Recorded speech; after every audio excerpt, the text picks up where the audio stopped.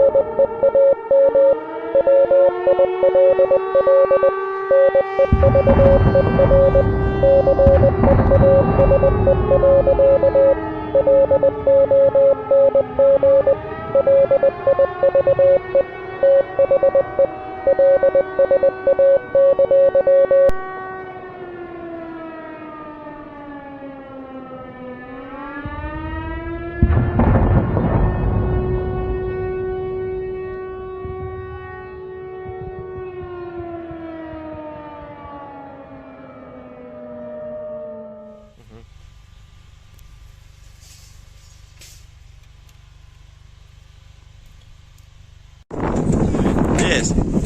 The Leaf Street Army sends its regards.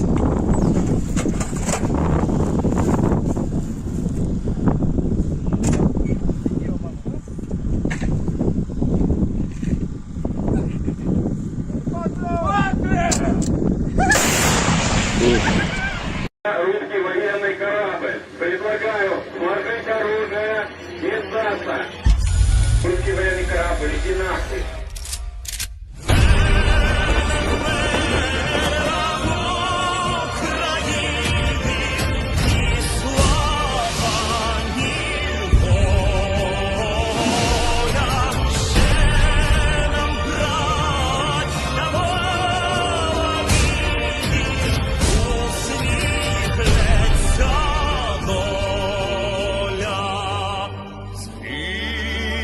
Наші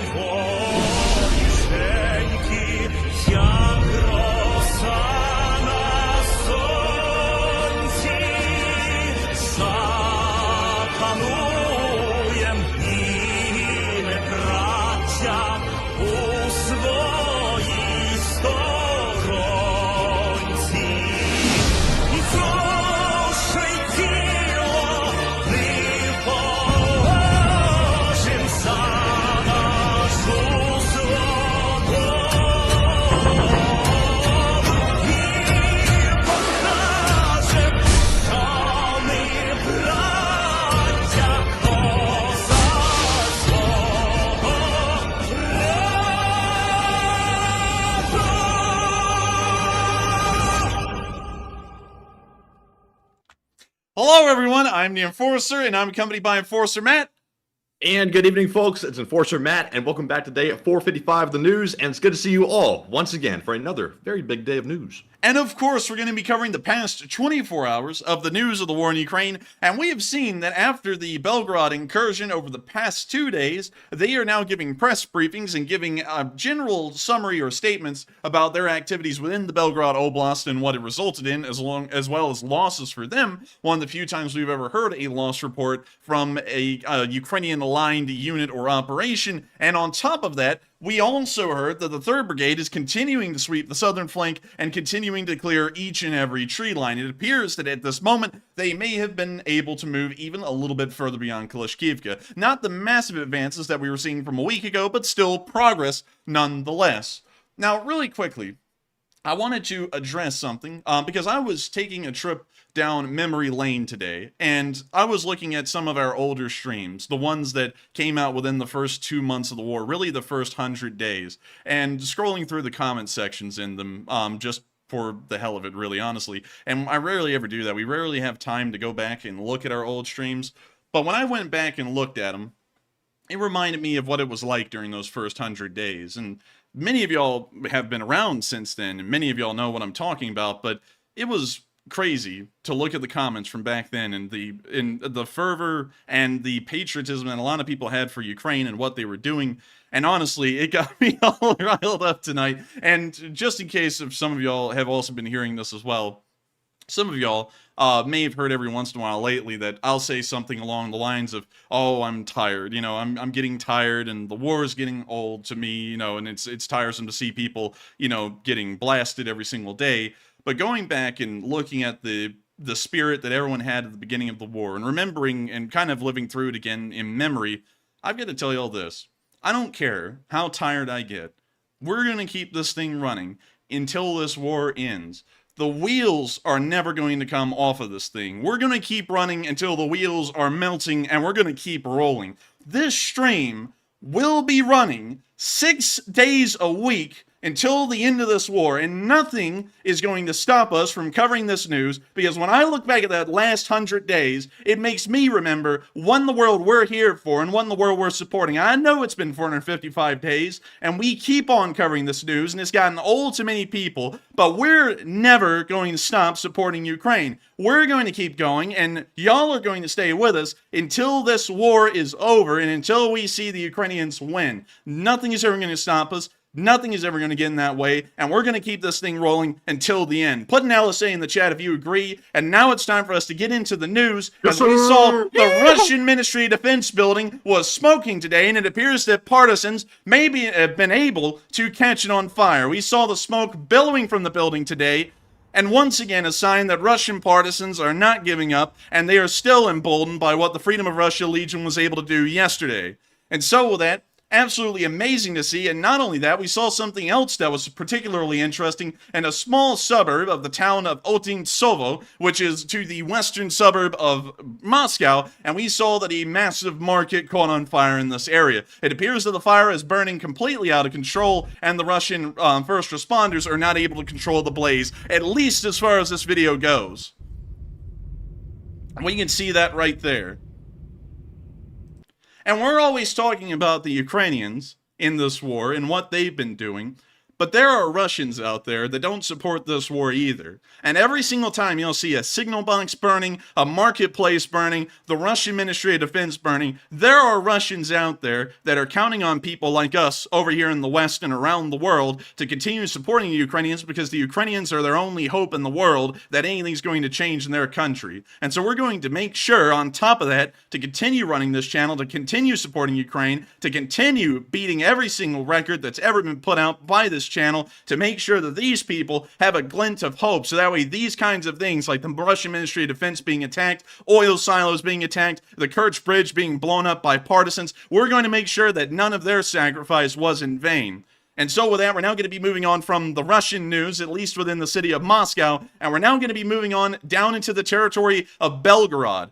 Of course, the Freedom of Russia Legion and the Russian Volunteer Corps have retreated from the area as of yesterday. Yesterday, when we were covering the news, there was still video footage showing that they were there. They have since withdrawn. They are now currently going through press briefings somewhere around the border area, and I guess you could say assessing their losses and the damages that were inflicted to Russian forces. In the meantime, Russian propagandists immediately began to fill the area where these the Freedom of Russia Legion and the Russian Volunteer Corps were, and it appears that they came under some kind of artillery fire. We're not exactly sure who was firing this. It may have been Ukrainian forces, may have been Freedom of Russia forces or Russian Volunteer Corps forces.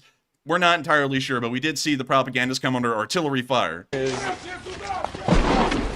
We hear the artillery fire landing, and we now see them all scurrying back into their vans to get the hell out of there.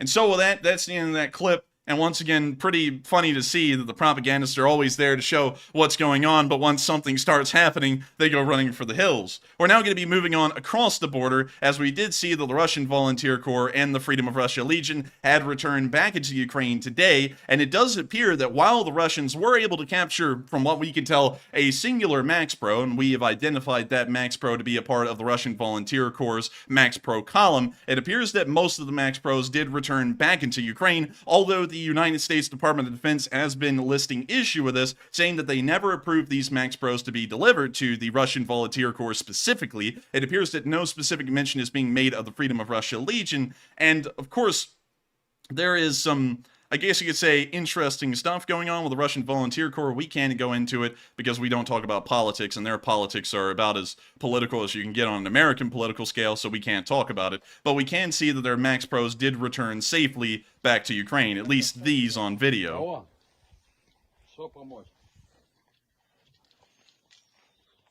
We see also the number 430 BTR-80 that was taken from the border checkpoint near the town of Gryvron.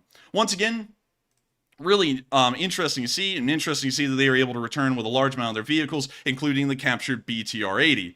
And so with that, we're now going to be moving on to the Freedom of Russia Legion's press report, and also a little bit of a breakdown of what happened over those past 2 days. Many of y'all may have seen Russian Volunteer Corps forces on most of the videos, and we did report and show those videos of the Russian Volunteer Corps in the area, but it appears that they were actually a far smaller force compared to the Freedom of Russia Legion. The Freedom of Russia Legion, from what we've been told, outnumbers the Russian Volunteer Corps, at least in overall membership, around 4-1 or 5-1. And so the Freedom of Russia Legion was the one doing the heavy hauling in that operation, and the Russian Volunteer Corps, if we wanted to really describe what they were doing, they were involved in the operation and did engage the Russian forces, but it was more so an engagement, I guess you could say, of photo ops and propaganda reasons. They didn't really go up head-to-head with the small amount of Russian forces they ran into like the Freedom of Russia Legion did. And so we're now going to be going into the Freedom of Russia's press report. Panic. The response was completely inadequate on the Russian response. So a few hours passed until there started to appear some kind of organized resistance. If we had a deeper goal of operations, in this case, we could have gone as far as Belgorod. We did not have such a task. And now they started to shoot harder at you? Well, it's natural that they shoot, but they don't hit us so much as they hit the homes of civilians, you know, already destroying their own territory. And showing in principle that to the Kremlin, it does not matter who to kill, Ukrainians or Russians, just to keep the power in their hands. And so that is the press briefing of the Freedom of Russia Legion commander here. Unfortunately, I don't know his name exactly off the top of my head, but it is very nice to see that the Freedom of Russia Legion was able to return, and we also got a published casualty report from them. 2 killed in the Freedom of Russia Legion and around 10 wounded. We also got a casualty report from the Russian Volunteer Corps, and they suffered no dead, and around, I believe it was something like 8 to 10 wounded as well.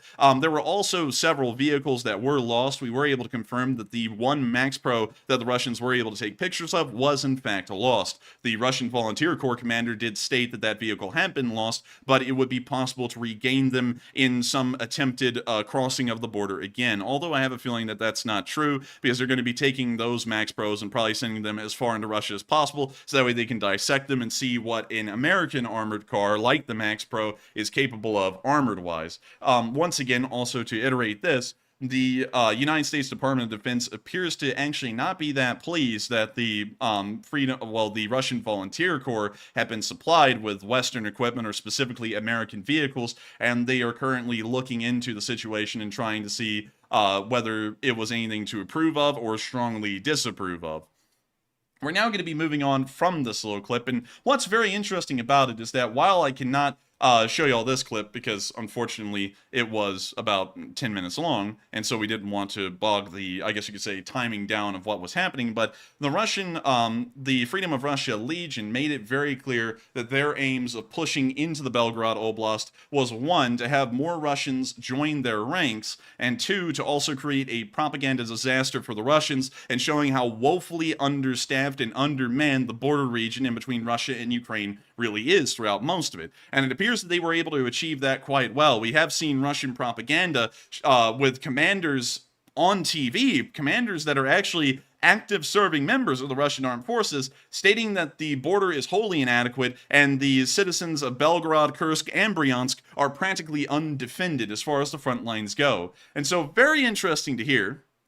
And very interesting to see that the Freedom of Russia Legion, according to what they wanted to do, were able to meet all of their goals, and on top of that, also claimed to have destroyed an entire Russian motor rifle company, which is about 1/8 the size of a battalion tactical group. Overall, as far as frontline losses go, it is a drop in the bucket. About an entire company wiped out. We usually see around 5 to 6 Russian companies being wiped out per day on the front line, but considering that they did that in what seems to be at this point a smaller border skirmish, although the area that they took control of was incredibly large, was significant, especially to say, and to know that they took out an entire motor rifle company is impressive considering the supposed size of the Freedom of Russia Legion and the Russian Volunteer Corps as a whole.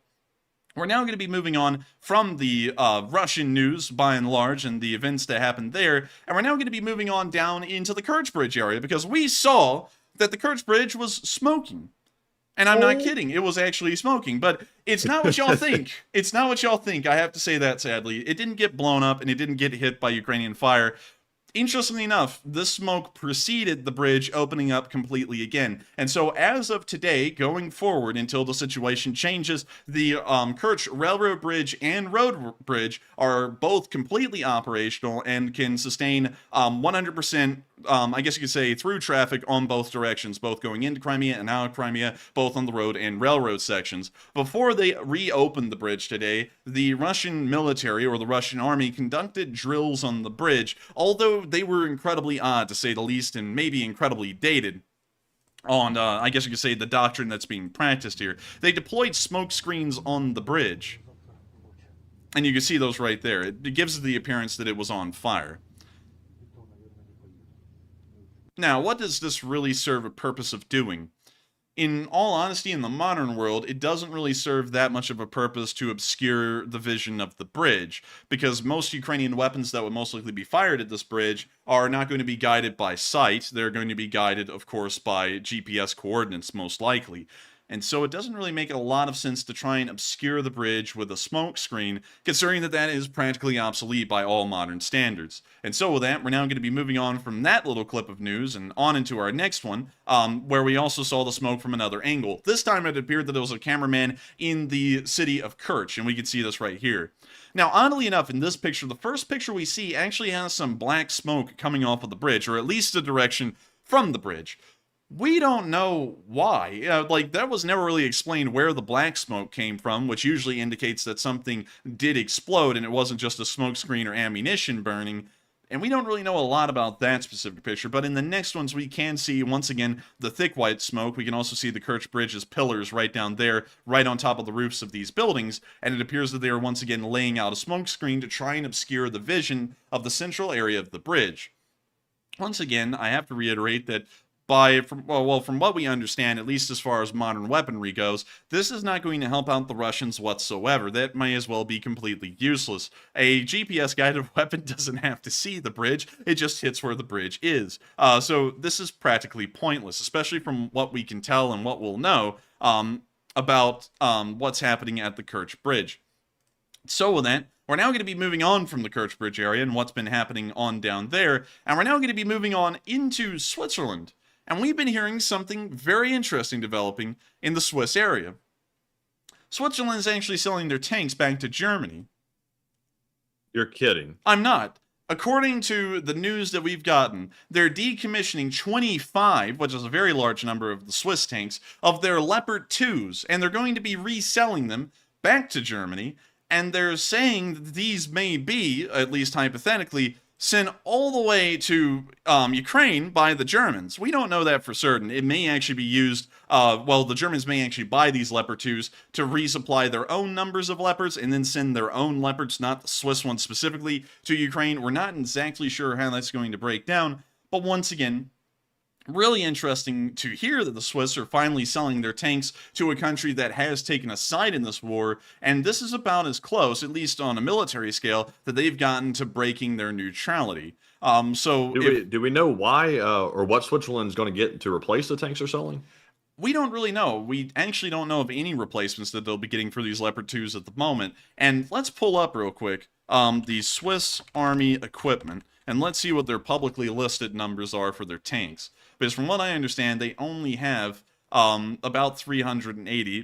That really helped me just reading it right off the screen right then. But they have 380 Leopard 2A4s, and so getting rid of 25 of them for them is a significant amount, but it is kind of a drop in the bucket. And also considering that only 134 of them are in service as of 2019, and that number has most likely dropped since then and into 2023. It's most likely around 100, maybe 110. They have a large amount of these things in storage, and so it's relatively easy for them to take these stored Leopard 2s that they have, specifically the Leopard 2A4 variant that we see in this picture right here, and just resell them to Germany, and then let the Germans decide what they want to do with those Leopard 2s. But a very interesting way for them to kind of keep their neutrality on a technical level, but break their neutrality on a non-technical and realistic level. So this is really interesting to see, and honestly may be groundbreaking as far as Swiss neutrality has gone since the Congress of Vienna in 1815. And so this is insane. And also, Dean MC26 said, the Swiss haven't done anything like this in 500 years. They haven't done anything like this for at least the past 200 years. During the wars in the late 18th century, they actually usually aligned themselves with the French and actually had a Swiss legion within the French army. So they have gotten involved in foreign wars, but since 1815 and the Congress of Vienna, it was decided by the major European powers at the time that to maintain the balance of power in Europe, Switzerland would have to remain a strictly neutral country for pretty much the rest of its history. And since 1815, Switzerland has held that up to a T.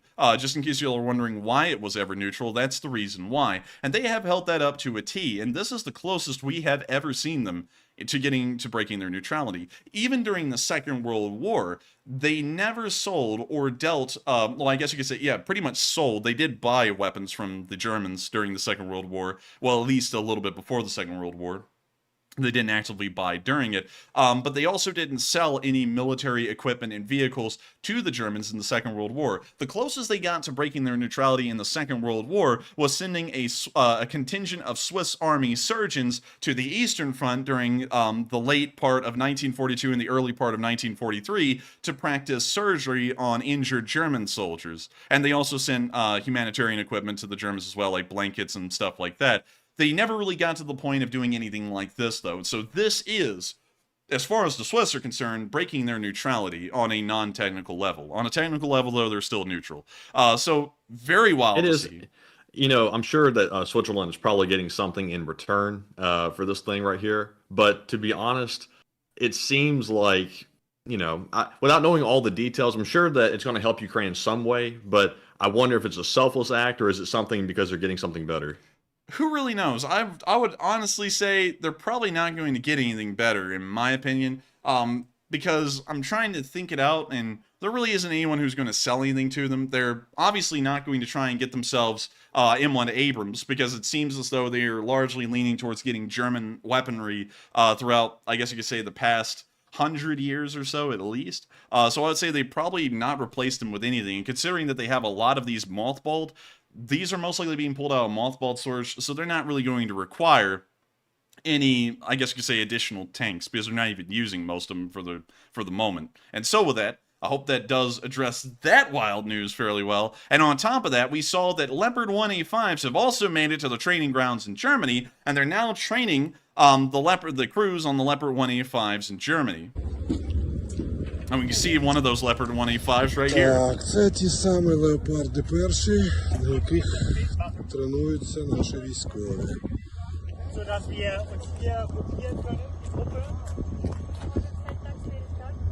We see the tank right there. And very interesting to see. What's also really interesting about it, once again, is the turret design, or at least the way the turret is laid out. Usually Leopard 1A5s, as far as their additional armor plating on the turret goes, is quite thin. The Leopard 1s actually have some relatively thin armor, at least compared to what they would be going up against even now against the Russians.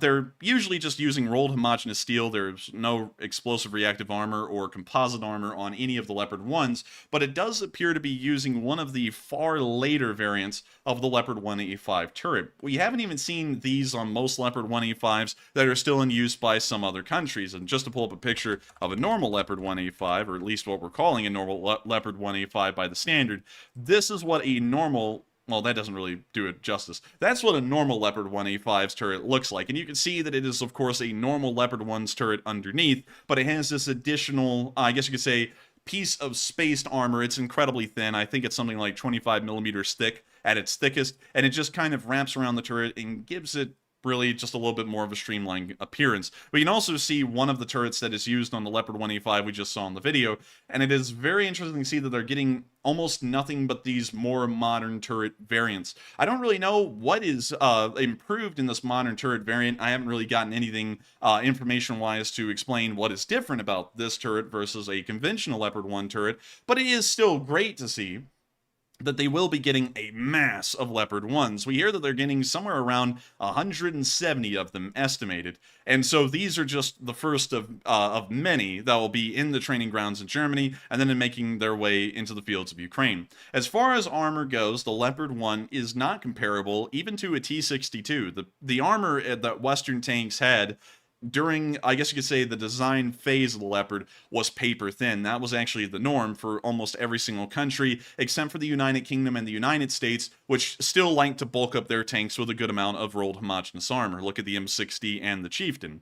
The French and the Germans, however, went with paper-thin armor, at least relative to what the guns can penetrate through. A Leopard 1's gun is supposed, with the right kind of ammo, which is an armor-piercing, fin-stabilized discarding sabot, which is also the titanium dart, it is supposed that it can punch through about 480 millimeters of armor, which is a pretty significant amount even by modern standards, and certainly could punch through the armor of a T-62M, a T-55, and even the earlier variants of the T-72. Even if it does hit a more modern Russian tank, for example a T-80 BVM or a T-80 BV, it probably will still cause some kind of damage to the tank, probably knocking out a system or two and forcing the crew to abandon the vehicle, although the shot won't most likely outright destroy the vehicle, at least immediately.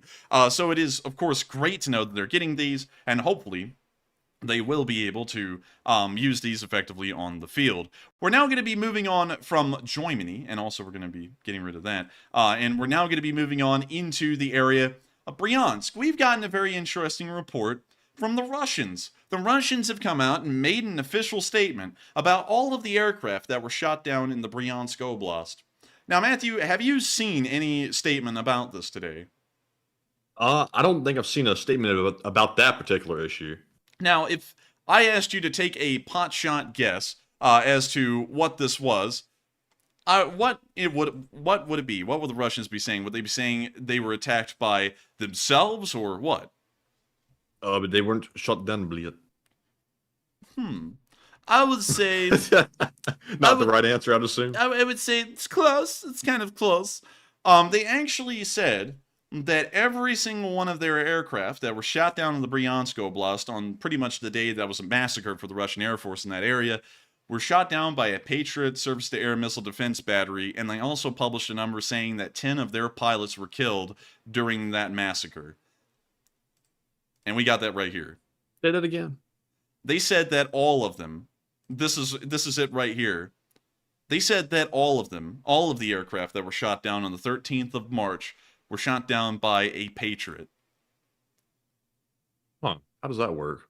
I don't really know. I've got to be honest with you. I don't really know how they're coming up with that or really making that make much sense because everyone has been on the same page, including a lot of, I guess you could say, the higher up people in the pro-Russian sphere, if you want to call them pro-Russian anymore, like Gherkin and Prigozhin, had even been saying that it was most likely a Russian surface air defense battery in the area that had been shooting down these aircraft. However, according to the Russians, they actually say that it was a Patriot missile defense system that shot down every single one of them.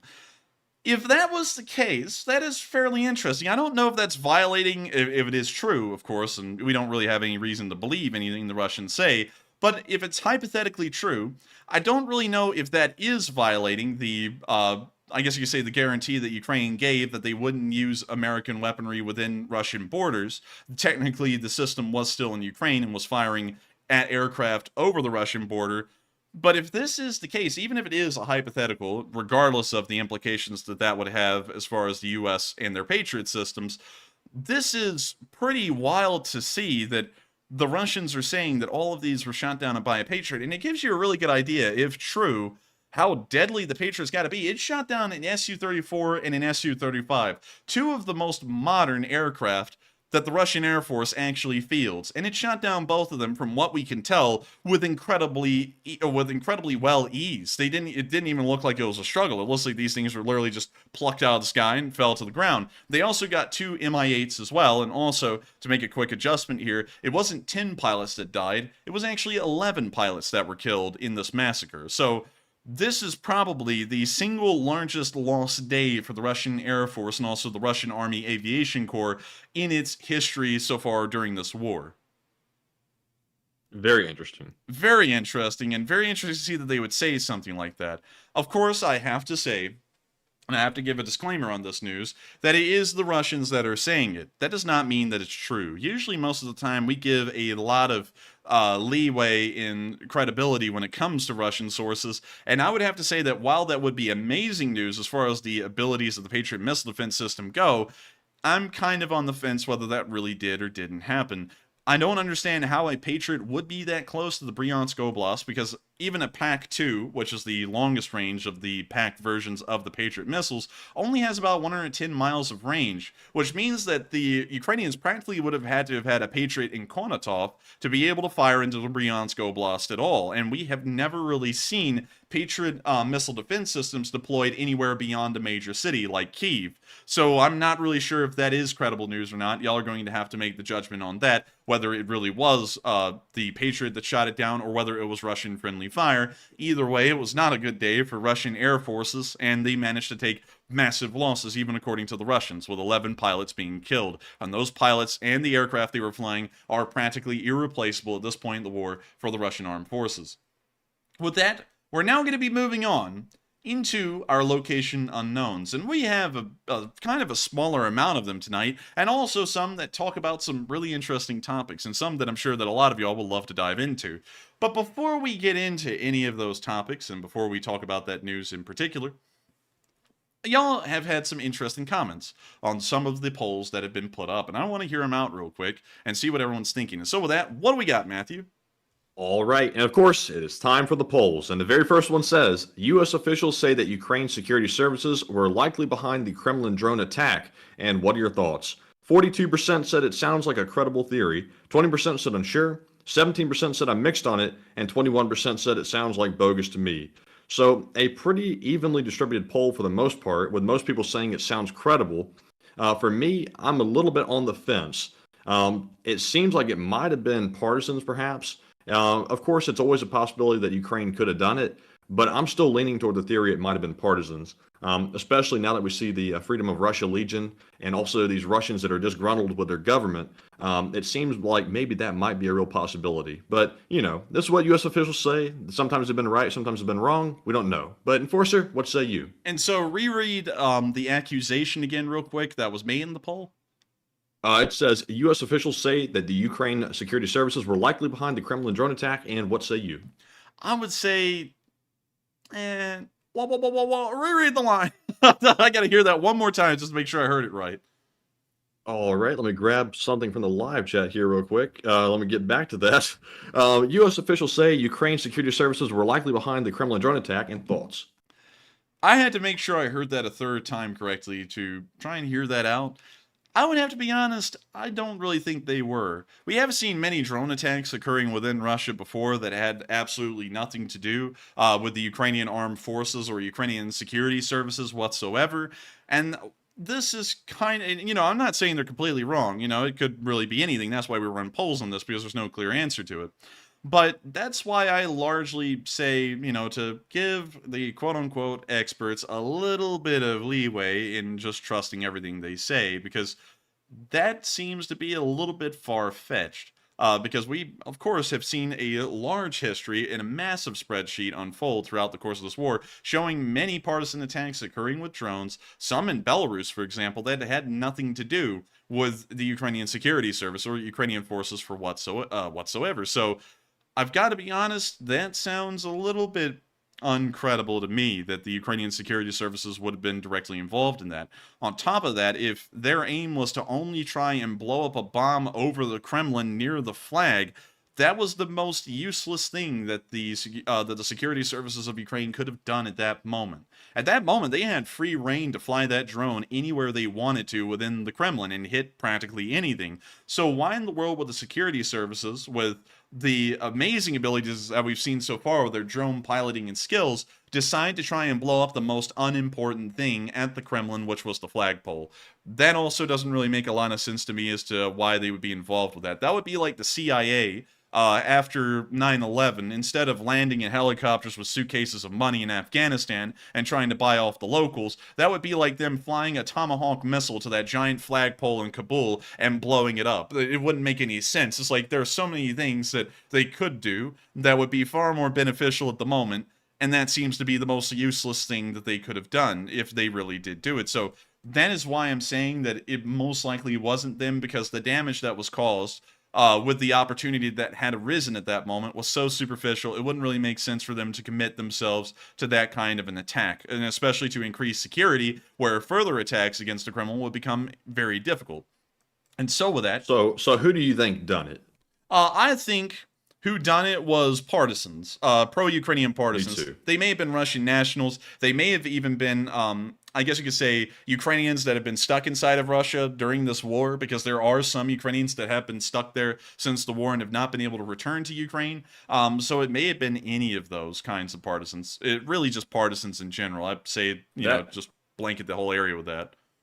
That would make sense to me too, because the attack was small. It was using a drone. It was a small explosive, really didn't have much power, and it was symbolic to hit the flagpole. So it didn't require a ton of equipment and expertise to get it done. So it seems like if the Ukraine security services did it, it would have probably been in a much more spectacular fashion. And I would say so too. I would say if it was the Ukrainian security services, they would have actually aimed the drone bomb at a building instead of just aiming it at the flagpole. It's like, that's the most useless thing to do. And also, Mark, General of the LSA, who just added in a comment, and I would have to say this is a pretty smart observation. He said, and they didn't blow it up. It was clearly intended to not damage the structure. It looks 100% partisan. I would have to agree. It was more so symbolic, and we know that partisans are very into symbology, or at least symbolism in a way. So I would say that it's certainly more so indicative of a partisan attack than any kind of a security service of Ukraine attack, because we know that if they want to attack something,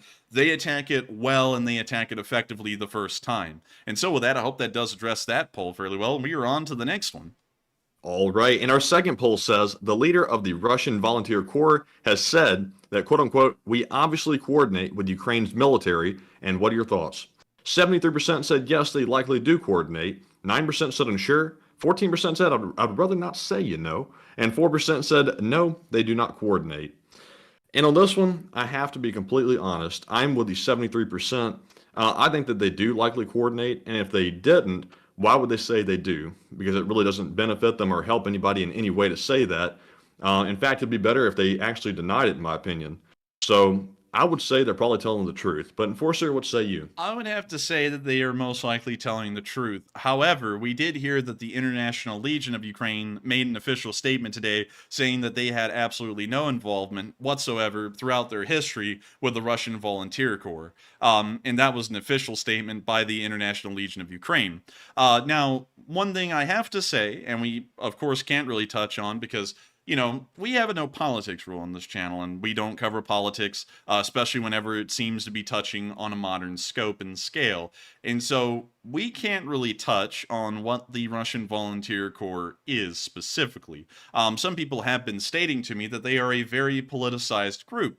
And they are, but I can't really talk about it, much like we can't talk about other units that may have very strong political views, because unlike Turkish politics, which we kind of did get into a while ago and explain in depth, these, I guess you could say, political beliefs are kind of prevalent here in countries like the United States, so it could be used to start making political statements on the channel or in the live chat. So we can't really go into the exact details of what the Russian Volunteer Corps thinks and says. We can say, however, that the Freedom of Russia Legion, as an antithesis, the far larger unit of the two that was involved in the operations in Belgorod, is an official member of the International Legion of Ukraine, and has been seen multiple times fighting alongside Ukrainian forces within the city of Bakhmut, and we even have one or two Freedom of Russia Legion, I guess you could say soldiers, that have watched our stream and have also commented on our videos, and have also said that they fight alongside Ukraine. They are more so towards just overthrowing the Putin regime, and we can, of course, say that because that's not really anything that any other country politically deals with. As for the Russian Volunteer Corps, I would highly suggest that y'all take a look at the Russian Volunteer Corps, or at least what they say, because while I'm not going to get into it on the channel for obvious reasons, they are a little interesting in their beliefs, and that has also caused a bit of controversy, especially considering that while the Freedom of Russia Legion was declaring that they were liberating the Belgorod Oblast area, the Russian Volunteer Corps was not that far behind them. So with that, I hope that does address that fairly well, and with that, we are on to the next one. All right, and real quick, let me grab a bot. See, this is the problem reading off the polls, is I have to take a quick break. I've gotten my bot takedown time to about 3 seconds. I'm trying to get better at it. I'm sorry. But our last poll says, Russia says it will respond extremely harshly to future border incursions. And what are your thoughts? 81% said, yeah, right. Nice talk. 4% said unsure. 8% said, they might do it. And 7% said Russia is getting mad and watch out. And at this point, watch out for Russia getting mad. I could care less. There are a lot of talk and no action. I would be with the 81%. I think, yeah, right. But Enforcer, what say you? I would have to say that, reread the line, because I'm trying to read the live chat as well and what people are saying there. So, reread the line. Russia says it will respond extremely harshly to future border incursions. And what are your thoughts? Yeah, right. I had to go with the majority there. They've never responded harshly to them because most of the Russian army is in Ukraine right now, the operational part of it. And so there really is nothing left to respond harshly to because they have nothing left. So I would have to say, yeah, right. They're never going to do that. So with that, I hope that does address that fairly well. And we are on to the next one. All right, and with that being said, we are moving on to our super chat questions. We are all out of polls for now, and our very first one is going to go to Avir Anthony, who puts in a very generous $100 donation. And thank you very much, Avir, for that support. He says, thank you both for all you do, and please take a question from the chat. And thank you, Avir. And thank you, Avir, for appreciating what we do. We try our best to make this channel as factual and informational, also as entertaining as possible, because the war is pretty rough. And I always go through this little spiel every once in a while, and once again, kind of talking about nostalgia just to get everyone all warm and fuzzy feeling here for a minute. Back when I was looking earlier today at all of our earlier streams that we ran during the first 100 days of the war, it was really wild to see because, back then, this stream was brand new, of course, because the war had just started. And so a lot of people actually found great solace in the fact that we tried to make it light and not as tough and overbearing, because the war is, suffice it to say, incredibly stressful. It's very stressful even for me behind the scenes, and I will admit that. But we don't like to show that here. There are Ukrainian soldiers that watch this channel. There are Ukrainian citizens that watch this channel. There are people all around the Western world that either have family that are serving in the Ukrainian army, or they have family members that are in Ukraine. This actually pertains to the Western world, even if you don't have relatives or a direct affiliation to Ukraine at large. The constant talk of nuclear war is going on each and every day, and while I believe it's not really credible talk and is more so hype and fears, it causes a load of stress. And looking way back at the first 100 days, a lot of people used to put comments in talking about how appreciative they were of our lighter tone trying to cover the war. And I've got to say, honestly, it made me remember why we have a light tone, because nowadays, because the newness of the stream, of course, has, largely faded away. It's been running for 455 days straight, nearly. And so now all we get are a small amount of critics who are always complaining that the stream is light and it's trying to be entertaining, or not really so much, not really, as serious or doom and gloom as other channels make it. And looking back at the first 100 days, I realized how much of a benefit that was to so many people and how much they actually enjoyed it. And I got to thank you so much for supporting us, so that way we can keep this very unique and special channel running, and also, once again, for being an old guard. You've been around forever. Literally forever. It's been around you've been around here for as long as the stream has pretty much been running. And I got to thank you so much once again for supporting this channel, Lavera, and helping us to keep this thing running, and of course supporting the fundraisers as well, because you were a common name whenever Sunday fundraisers come around. And so with that, thank you so much once again for the support of Air. I hope that does address that fairly well, and we will be making sure to take a question from the live chat. And so with that, what do we got, Matthew?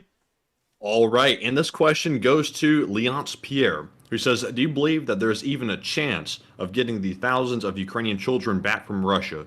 I think there is probably a chance. Most likely when this war ends, they will most likely be returned in some kind of a peace agreement, and the Ukrainians will also in turn exchange all of the Russian prisoners of war that they have for all of the the Ukrainian citizens and POWs that are currently being pretty much held in Russia, either kidnapped or forced into a prisoner of war camp. And we will most likely see that those kids return after the war is officially over. It's kind of sad to think that, though, because right now we know that those kids are getting abused inside of Russia. We've seen videos of that from both the teachers at the schools they go to and also the kids in these schools bullying these Ukrainians, and we see that these kids and teachers are filming it and posting it online like it's something proud to mess with kids that really don't even know what's going on around them.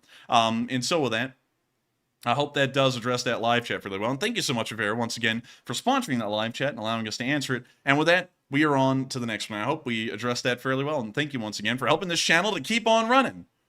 Yes, indeed. And up next, we have a $105 super chat from none other than Mark, General of the LSA. And thank you very much, Mark, for that support. And of course, he is a general. Don't forget that. But Mark says, I listened to those first streams a few months ago, and Andrew, you were so much less animated. You developed so far. And with that, we appreciate all the end I give you, which allows you to keep operating with your lights on, etc. Wink, wink. Thank you for the support, Mark. And that is true. 100 days. Well, in the first 100 days of the war, I was very unpolished running this channel, and I think that may have been a little bit of the charm of it. But at the same time, as we've done this over and over and over, I think we've done this thinking about how many live streams we've run. I think we have run something like 420 live streams, because we only don't run streams on Monday, so there's very few days that we miss out of the year. Only about, I would say, maybe 50 days out of the year we have the day off. Which actually kind of sounds big. We're going to have to cut out Mondays now. I'm just kidding, but it kind of sounds big when you put it like that. But we have hardly taken a day off. So once we kept on doing this past those 100 days, the first 100 days, it was very easy to start refining how we talked, what we sounded like, and also listening back to the streams really was a eye-opener, especially for both Matthew and me, because we started to hear how unpolished we really did sound. And we're like, man, we've got to polish up the way we talk a little bit, make it a little bit more eloquent, more enunciated, better all around, the best way we could. And so, yeah, we were very unpolished at the beginning of the war, and we've become a lot more polished. I would say a little bit more animated, and, I feel like that is for the benefit. It does make the stream a lot more polished and well-rounded, in my opinion, but still, I hope that does address that part fairly well. And I think a big part of it was just simply upgrading the mic, because you were on that like really cheap Amazon mic for a really long time. Once we upgraded to these new ones, it made it sound like it was a brand new stream. And what was the name of that microphone, if we know? I don't even think we have that thing around. I think we threw it away. Watch out. Oh yeah, it was like a Wazoo or something like that microphone. It was like some weird brand name from China. But yeah, we upgraded the mic. We now both use, I think, Shure M7s, which have a whole lot better. You say Shure? Yeah, I said Shure. Yeah. What in the world? When someone says, "Are you okay?" I say, "Sure, eh?" But still, My goodness. thank you so much once again for the support, Mark. And of course, thank you for helping this channel to keep on running. And kind of like you said right there at the end, you do help us to keep the lights on and help this channel to keep on running. And without folks like you, it wouldn't be possible for the stream to keep running. And we're greatly appreciative to everyone in the Lee Spring Army for helping this thing to keep on running. And that's something wild as well, that looking back at the first 100 days, was really crazy, because back then, of course, the premise that this channel ran on was brand new. You know, not to take everyone down memory lane constantly tonight, but, you know, looking at those first 100 days a little bit and just kind of hopping through them, I saw how, you know, the channel was so revolutionary back then. People have taken it for granted now, what this channel is and how it runs. And obviously, you know, no fault of anyone. It's been running forever now. But it was wild to go all the way back then and see that people were amazed that the channel ran ad-free. And it still does to this day. We don't run ads on anything except for some of the videos that we put out that are 8 to 10 minutes long, because for some reason YouTube's really picky about those and does not want to promote them unless if there's an ad running on them. So we ran ads on those, and those are the only things we've ever run an ad on. But the entire channel is ad-free. The short war summaries are ad-free. The streams are ad-free. We don't have sponsors either. And the viewers get to decide whether they find this channel worthwhile to support or not, and then get to decide how much they want to support. And that was a revolutionary premise back in the day. It still really is a revolutionary premise even now, because nobody really runs a channel like that. And it's wild to think that we have come all this way and people have just kind of gotten used to it. And that's another thing that critics sometimes talk about is, you know, sitting there saying, "Oh, you know, he reads off the super chats." That's because we are the only channel that runs like this. Y'all actually support us. There's no ads that padded in the background. There's no sponsors that actually win our bread and butter. It is y'all who help this channel to keep running. And that's why I always go through the same spiel, and that's why we always thank each and every one of y'all for supporting this channel, because y'all truly are the ones who help this channel to keep on running. There's nothing else in the background that makes it possible. And so with that, thank you so much once again for support, Mark. I hope we addressed that fairly well. And with that, we are on to the final question of this question segment, and then we're going to be moving on into the location unknowns. All right, and this one goes to BC Skyman, the channel legend, who puts in a $50 super chat. And thank you very much, BC, very much for that support. He says, "Chat question, please. Love the Enforcers and the LSA family, and Slava Ukraini." And thank you so much for the support, BC Skyman. And it also looks like in the top bar, it duplicated twice. Was that sent in twice or once? It was sent in once. On my screen, it just shows once. Huh, that's weird. I got a glitch on my end then, because I was like, wait a minute, he sent in two. I was like, they're the same thing. But still, we will make sure to get a chat question, BC Skyman. And once again, now I know this for sure. BC Skyman has been around pretty much since this channel was founded. And I know when I talk about the first 100 days, you know what the first 100 days was like. Kind of like a Vera Anthony, and a lot of y'all do, like White Lightning 777. He also was here since about the first few days of the channel's running these streams. And I gotta thank you so much for sticking it with us, sticking the course with us for 455 days, and staying with us during all of the highs and lows that this channel has had. And so with that, thank you so much once again. We love everyone in the LSA. And also, thank you so much for throwing some love our way, because, of course, we're greatly appreciative to everyone who supports the Lee Spring Army and us as we can continue to cover this news. And, of course, Slava Ukraini. And we will be making sure to take a chat question as well. And so with that, what do we got, Matthew? All right, and that chat question is going to go to Evanescent Wave, who says, "Why are U.S. officials making any comments on the drone attack implicating Ukraine, and why not just keep their mouths shut?" And that's a good point, actually. A very interesting comment to make right there. It may have been that for some reason, because, you know, I can't really get into how the U.S. government works, and specifically in this avenue, because, you know, it'll get detailed and it'll get political, and then people will start to, you know, gripe. But this is kind of a norm in the background within the U.S. government, whether anyone's in charge.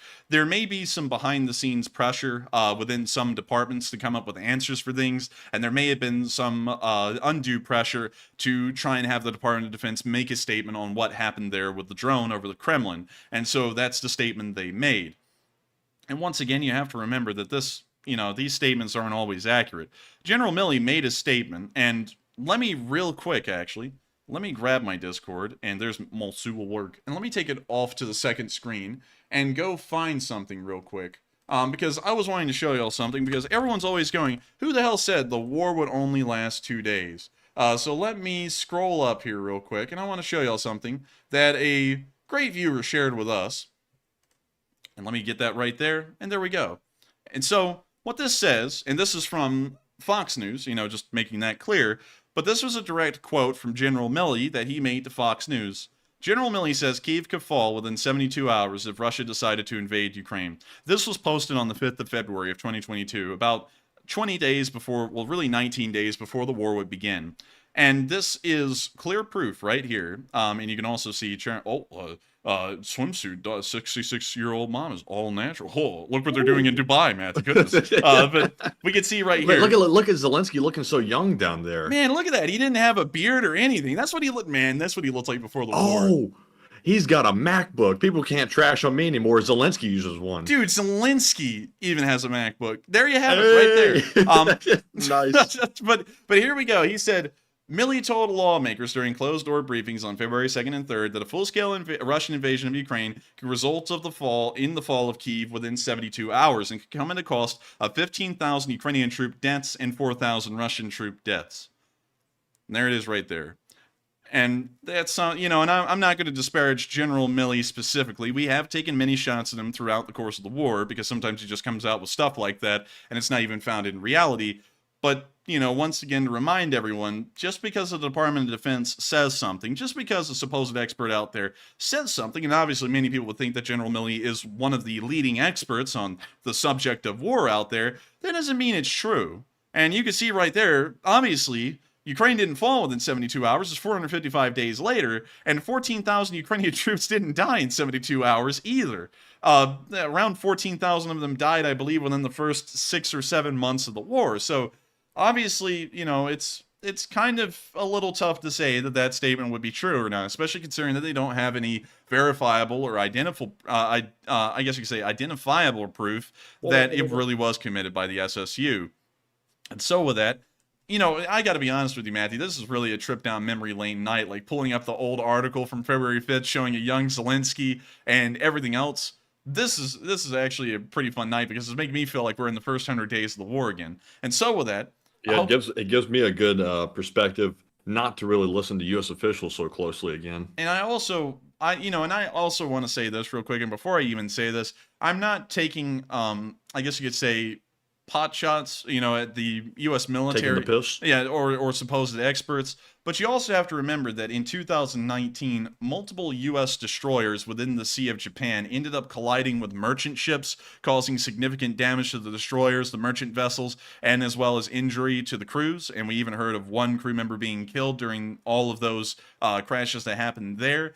You always have to remember that no matter what role or what position people hold, they are only people. And people, by and large, are all kind of looking at the same information. There's very little extra information that comes out there in the world. And that's why throughout the course of the war, we've never gone and just leaned entirely on experts or what the leading people in the field are saying. Because if we did, we would have believed right now that Ukraine should have fallen within 72 hours. We never believed that for a minute, and I don't think it was logical to ever believe something like that because there's no precedent for it. And that's why we run this channel the way it does. And I hope that does answer that fairly well, at least as far as the drone attack on the Kremlin goes, and gives a little bit of precedent that the Department of Defense can always be trusted to give the exact scoop when they're not really directly involved in the situation. And so with that, I hope that does address that fairly well. And also, Mark said, General Ben Hodges said Milley is an idiot, but he said it politely. I actually know a guy in real life who knew Milley before he became I believe he is the chief of staff. And let me make sure, General Mark Milley. Let me make sure I get it right. He is the Joint Chiefs of Staff, so he's the chief of staff. He is the chief of staff right now. And before he became the chief of staff, he was actually in the logistics. He was a logistician. And I have to say, that's a great base coming from for a commander. It's very important for commanders to focus on the background stuff and not exactly the fun, shooty stuff up front. But he said he was a nice guy and seemed knowledgeable and stuff, but he also said that in his opinion, and he knew him a while ago, he was kind of missing the mark on some of the comments he was making on the war in Ukraine. And so, pretty interesting to note. And it may be showing that, once again, he has a little bit of undue pressure on him as well to come out with statements like that. And so with that, I hope that does address that fairly well. And thank you so much once again for the support, BC Skyman, and helping this channel to keep on running. And with that, it's now time for us to return back to the news segment and right into the location unknowns, starting off with an interesting picture that was sent to the British, we're supposing. It is a postcard, for the large part, showing a Ukrainian Su-24, and underslung on the wings, on the wing mounts, there's an interesting little missile right there. What is that? That's a Storm Shadow. So the storm is coming. The storm is coming. These are the wings that carry the storm with it. And it's wild to see that we got that right. We actually took a guess around about a week ago asking what aircraft do the Ukrainians have that could even carry these Storm Shadow missiles? What could be capable of doing it? And we took the guess that really the only aircraft that we could assume would possibly be able to carry a Storm Shadow would be the Ukrainian Su-24s. And it appears that from this picture right here, we don't know when it was taken, but it appears that it was given to perhaps the British government or a British aviation wing that helped in sending those to Ukraine. They took a picture of one of those Su-24s taking off of the Storm Shadows and sent it back to them, which is our first proof of, in picture evidence as far as we can tell, of a Ukrainian aircraft actually being loaded with Storm Shadows and then being sent off to do its bidding. This may have actually been the Su-24 that fired the Storm Shadow missile at Luhansk or Mariupol. We're not entirely sure, but really cool to see that they were able to mount the Storm Shadows onto the Su-24s, and it is possible to use them, much like the AGM-88 HARMs were mounted onto Ukrainian MiG-29s far earlier on in the war, about the same time last year. And so with that, we're now going to be moving on from this really cool picture. And also, let's read what it says right here. It says, "To all the brave few who risk all for the glory of Ukraine." And it looks like it was signed by Ben, if I'm reading that right, Ben S. Ill, UK Secretary in State for Defense. State for Defense? I thought it was the Ministry of Defense. Oh well. But that's anyways. Really interesting picture and really cool to see. And so with that, we're now going to be moving on into our next bit of location unknown news. And speaking of aircraft, the aircraft talk only gets better from here, as many of you all know. The Ukrainians are looking forward to the F-16, and the next Ramstein meeting will be held quite soon, on the 25th of May. And the Ukrainians are already putting out United 24 stuff about the F-16s and making infographics about them. And I thought we would just kind of cover the F-16 again, because one, they are probably the aircraft that they will be getting first out of any Western aircraft, and two, they are one of my favorite aircraft, and I think that they will certainly be making their name known in Ukraine once they're sent there. According to the United 24 spreadsheet, and of course all of this information is true, and just a very quick rundown on what the F-16s are capable of, it can reach a top speed of Mach 2, specifically around Mach 2.07, just a little bit over the Mach 2 barrier. It also has an approximate weight of 9,000 kilograms, and while being a light fighter, that is a little bit of a chunky boy right there. We can also see that it has a ferry range of 4,217 kilometers. That means, you know, on its most economical fuel consumption, how far can it travel? And it can travel 4,000 kilometers. If you put that into perspective, 4,127 km to miles, well, you see that's 2,564 miles. If we were to measure that out on a map, and we were to go from New York, say, to anywhere in the United States, wherever that 2,000 miles would be reached, and that means that they would be reaching, let's see here. Oh my god, wow. They would actually be reaching all the way from New York to Los Angeles or San Diego with their drop tanks added and flying at the most economic fuel consumption. I didn't actually know they could fly that far without being refueled. I thought they were actually somewhat shorter range, kind of like the Russian light fighters are, like the MiG-29. That one can hardly fly several hundred miles without needing more fuel, because the MiG-29 is a gas guzzler, but that is very... It's going to be a plump bird right there. Yeah, that's going to be a plump bird. I guess that's adding in the drop tanks, the conformal tanks, and every other kind of fuel tank you can throw onto an F-16, kind of like the one we see in the picture right here. But that is wild. I mean, that is really wild. We can also see that it, of course, has the 20mm M61A1 cannon in it. And really quickly, just in case if any of you all don't know what the 20mm M61 is, It's actually the smaller brother of the Gal-8 Avenger gun that's inside of the A-10. It is a Gatling gun. It's not the exact same. It's not a scaled-down version of the Gal-8. It is different, but it is, once again, a minigun, and it fires 20mm rounds. We actually got a shell casing from one of y'all in the mail. I'm not going to say the name because that was actually the package that was sent to the bomb squad. But y'all did send a 20mm, and of course we thank you so much for sending that. That was really cool. And you also sent the 30mm from the A-10 as well.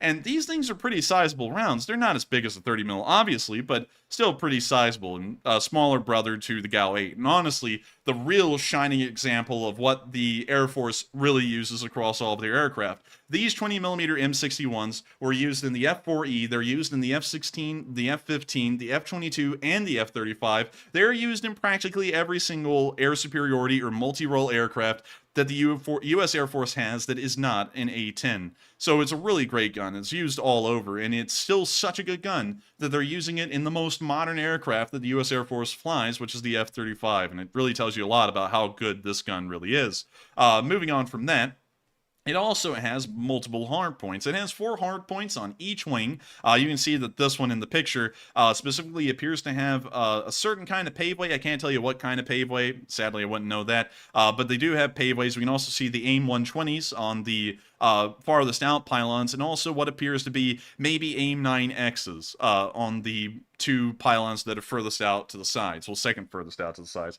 We can also see that it has the drop tank. I believe that drop tank is around 380 gallons, and it also appears to have some kind of an IR targeting pod and maybe a countermeasures pod on this side as well. So this one is kitted out to the nines as far as an F-16 goes. We can also see in the other picture here, this one specifically is a U.S. Air Force F-16. You can tell by the markings here on the, I guess you could say, vertical stabilizer. It is one of the most advanced 4th generation fighters, especially when you're talking about some of the more advanced and upgraded versions. We're assuming that the Ukrainians probably won't be getting the most advanced and upgraded versions of these. It appears that the United States will not be sending their own highly advanced F-16s to Ukraine. They'll most likely be getting some of the older ones, like the Polish F-16Cs and the Dutch F-16As. Those are some of the F-16As are actually one of the earliest iterations that were introduced in the service, but they still pack a punch, being able to carry AIM 7s, maybe even AIM 120s. I'm not exactly sure about that, and also AIM 9Ls and Xs. The F-16C can largely carry just about anything you want to throw on it. It's almost as modern as they get, except for some of the more finer details like the radars that are inside of the front nose section. The F-16 can withstand 9 Gs. As a matter of fact, the F-16 can pull so many Gs that it can physically rip itself apart, and so they have to build in what's called a G limiter into this plane, so that way the aircraft stops itself from tearing itself apart. Also, a human can only withstand 8 to 9 Gs for a relatively small amount of time, so that's also to make sure that the pilot doesn't whip a hard left turn and then knock himself out cold and, then dive into the ground with the plane. It is one of the most highly maneuverable aircraft in the Western arsenal as well. Specifically, as far as 4th generation aircraft go, it is the most maneuverable 4th generation fighter that the U.S. Air Force possesses. This is largely the backbone of the U.S. Air Force as far as it goes, one of the most numerical in numbers, and it is one of the most maneuverable as well. It's meant to get in and start dogfighting. It's not as super maneuverable as the Su-27s and the Su-34s, but in practical use, we have seen that the super maneuverability of Su-27s, Su-35s, and other Su variants of aircraft is practically useless in real-life practice, as the fights never really get down to the point where that super maneuverability can actually be used. Those aircraft are usually shot down over the horizon, and that's most likely the fights the F-16 would find itself in. Nonetheless, it is an amazing aircraft, and hopefully we'll be hearing some kind of news confirming that these F-16s will be sent to Ukraine. The Polish are already training F-16 pilots as we speak. But we have not heard of any official numbers, quantities, or kinds of F-16s that will end up being sent to Ukraine. And so with that, we're going to be moving on into our next bit of location unknown news, where we can see a very rare Ukrainian, I guess you could say, tractor transport being loaded onto the back of a truck. We've never really seen this kind before, and I'm assuming that this is in the single digits in the numbers that this thing is available in, and it's a very interesting vehicle. It honestly seems to be one of the vehicles that you would see in the Siberian Theater of Command for the Russian armed forces used to traverse over snowy terrain. The Ukrainians probably have a use for this thing, but it seems as though they're going to be finding a use for it currently in the war as it is. They might trade that in and get something new and sell it. What's that guy doing on it there? Man, Did you what? see that? Yeah, he just came popping out from under there. He's like, okay, back it up. He's like, what the hell? Where did you come from? But still, a very rare vehicle. We've never actually seen this thing before, and very interesting to see a rare sighting of one of the rarest Ukrainian vehicles as far as video and picture evidence goes. With that, we're going to be moving on to our last bit of Location Unknown news, where we can see the Russian casualty report for the day. And this is the first day that my goodness. 7 Bobcat skid steers. I'm gonna have to cut past the infantry casualties for a second. 7 Bobcat skid steers have been destroyed, and of course, the memes are coming in strong. Craig threw in 7. Smiley threw in 7. KJ threw in 7. KJ threw in another 7. 7 in the grave. 7. Sean White 7. MMMOR 7. Man, I'm hopping and saying, yeah. Enderslayer put up a Bobcat. I gotta say, it's nice to see so many Bobcats. There's actually more Bobcats in the comments on this casualty report than there were destroyed, but 7 special equipment vehicles were destroyed over the past 24 hours. We also saw that 400 Russian infantry also were killed over the past 24 hours as well. This is actually below the war's average, believe it or not. One of the first instances we've seen where it has been below war's average. At around 450 to 500 Russian soldiers being killed per day, this is below average. One of the first times, once again, we've ever seen that. We've also seen that the numbers in most other categories have either been on par or a little bit below par today, showing that Russian and Ukrainian forces have not been exchanging the level of fire, at least in most areas of the front, that they have been for the previous few months. It does not, however, suggest that there is a lack of frontline activity, as we are still seeing in the Bakhmut area Ukrainian forces moving forward. We saw that 5 armored personnel carriers were also destroyed, below the war's average, with around 12 being destroyed per day on average. We also saw that 7 supply trucks were destroyed as well, much like the special equipment vehicles.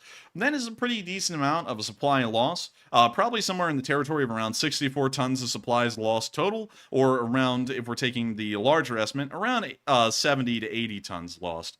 So a pretty decent amount of supplies lost in the back of these supply trucks today. And we also saw that 3 main battle tanks were destroyed. That's actually kind of close to the war's average, just about 1 or 2 off. And we also saw the artillery losses for the Russian army are not decreasing either, with 21 artillery systems being outright destroyed over the course of the past 24 hours, and an incredible thing for the Ukrainian counter battery units to be conducting is 21 lost in 24 hours. That's about 1 per hour, although I'm not that good at math, so once again, make sure to go back and double check that. We also saw that 7 drones were destroyed, and a whopping 5 MLRSs were destroyed. That's actually one of the largest numbers we've seen on a single day in the war, and certainly above average as far as MLRS losses have gone. We've also seen that a single helicopter was shot down, and then there were no other losses in any other category. And while the Russian losses were low today, they are below average. The Ukrainians have been continuing to use this moment, I guess you could say a lull in the frontline activity as far as the losses are concerned for the Russians, to continue to push around the flanks of Bakhmut, and it does appear that in the southern flank at least, they have been able to continue to make progress. We're now going to be moving out of those Russian casualty reports and on into the northeastern area, around the area of Milivotka, where we saw the K2 hitting the Russian forces.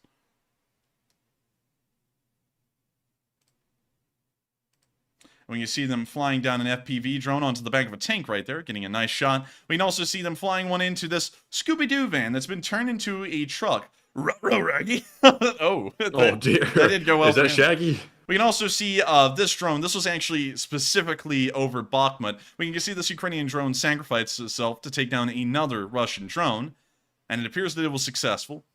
We can also see this drone flying in to hit the front of a Russian armored car, going right into the windshield. We don't know how much damage that actually caused. We can now see this drone flying past the first truck and into the van near the rear. We can see some Russians making a break for it, and it looks like some of them may have actually ended up being lucky. We can now see this FPV drone flying into the back of a Euro 4320, and we can see about 10 tons of supplies most likely being destroyed. We can now see that vehicle also being destroyed as well, and another one smoking, most likely hit by an FPV drone already. We now see them running into the back of this supply truck here, right into the back of the tarpaulin cover, and great to see that the security services of Ukraine have been able to continue to destroy Russian vehicles throughout the majority of the frontline area. With that, we're now going to be moving on down into the Zhytomyr area, where we also saw a Ural supply truck being destroyed there.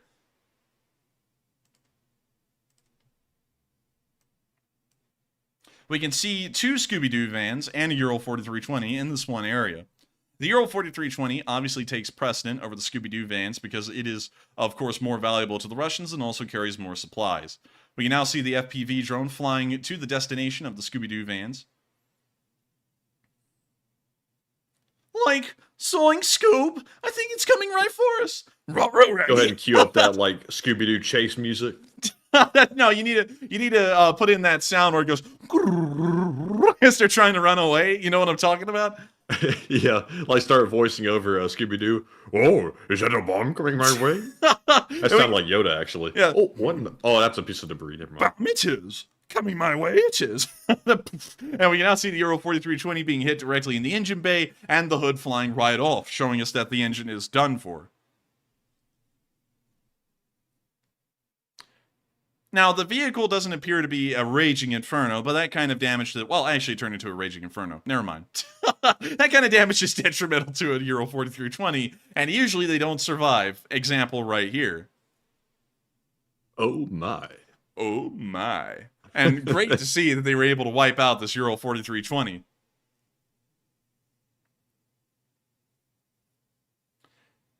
It's just so interesting. CME4PC said, poor Scooby doesn't like being called an orc.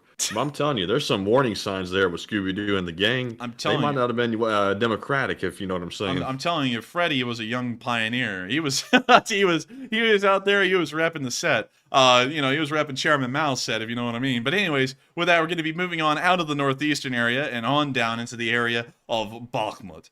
We have not seen, at least according to Deep State UA, and once again, we kind of have to put out a disclaimer that while our map is not accurate, and we do know it's not accurate in some areas, it appears that the Deep State map has also started to become a little bit more inaccurate as the war has continued. And we can see that over the past 24 hours, and it looks like they've actually updated the map, they actually have taken a good amount of ground from the Russians again, and they've actually almost pushed them out of the large area of the tree line here just south of Ivanivsky near Klishkivka. And so, very interesting to see, and of course we'll be getting to that in a minute. But going behind the lines, we saw something very interesting today from Prigozhin about what his thoughts were on the war, and I'd also like to inform y'all that as far as we have known, at least as far as timetables go that have been announced, the Wagner unit's last day in Ukraine will be tomorrow, or really technically by Ukrainian time, it is actually today, and that is going to be their last day in Ukraine. Beyond that, they're now going to be moving back into Syria and Central Africa and trying to lay low as the rest of the war continues. We don't really know if that's exactly true or not, and we will be looking to see if there is more examples of the Wagner unit still being in Bakhmut, but at least that's what we've heard. And so with that, here's the clip.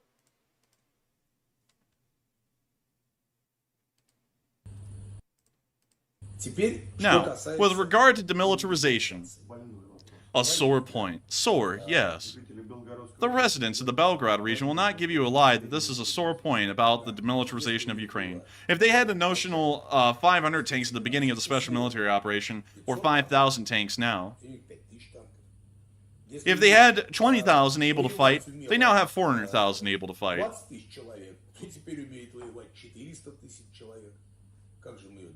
So how did we demilitarize? It turns out that on the contrary, we have militarized Ukraine.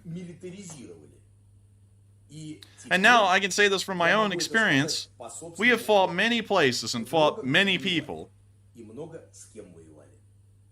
We know how the Americans, the French, how the useless cowardly troops of the United Nations fight. Oh, come on. Oh, come on. Don't do a low blow like that. They got their, of course, sorry about the language. They got their asses beat in Syria by the U.S. Army. I mean, they can't talk. That's bull right there. That's lame. Sad. Also, don't lump us in with the French, please.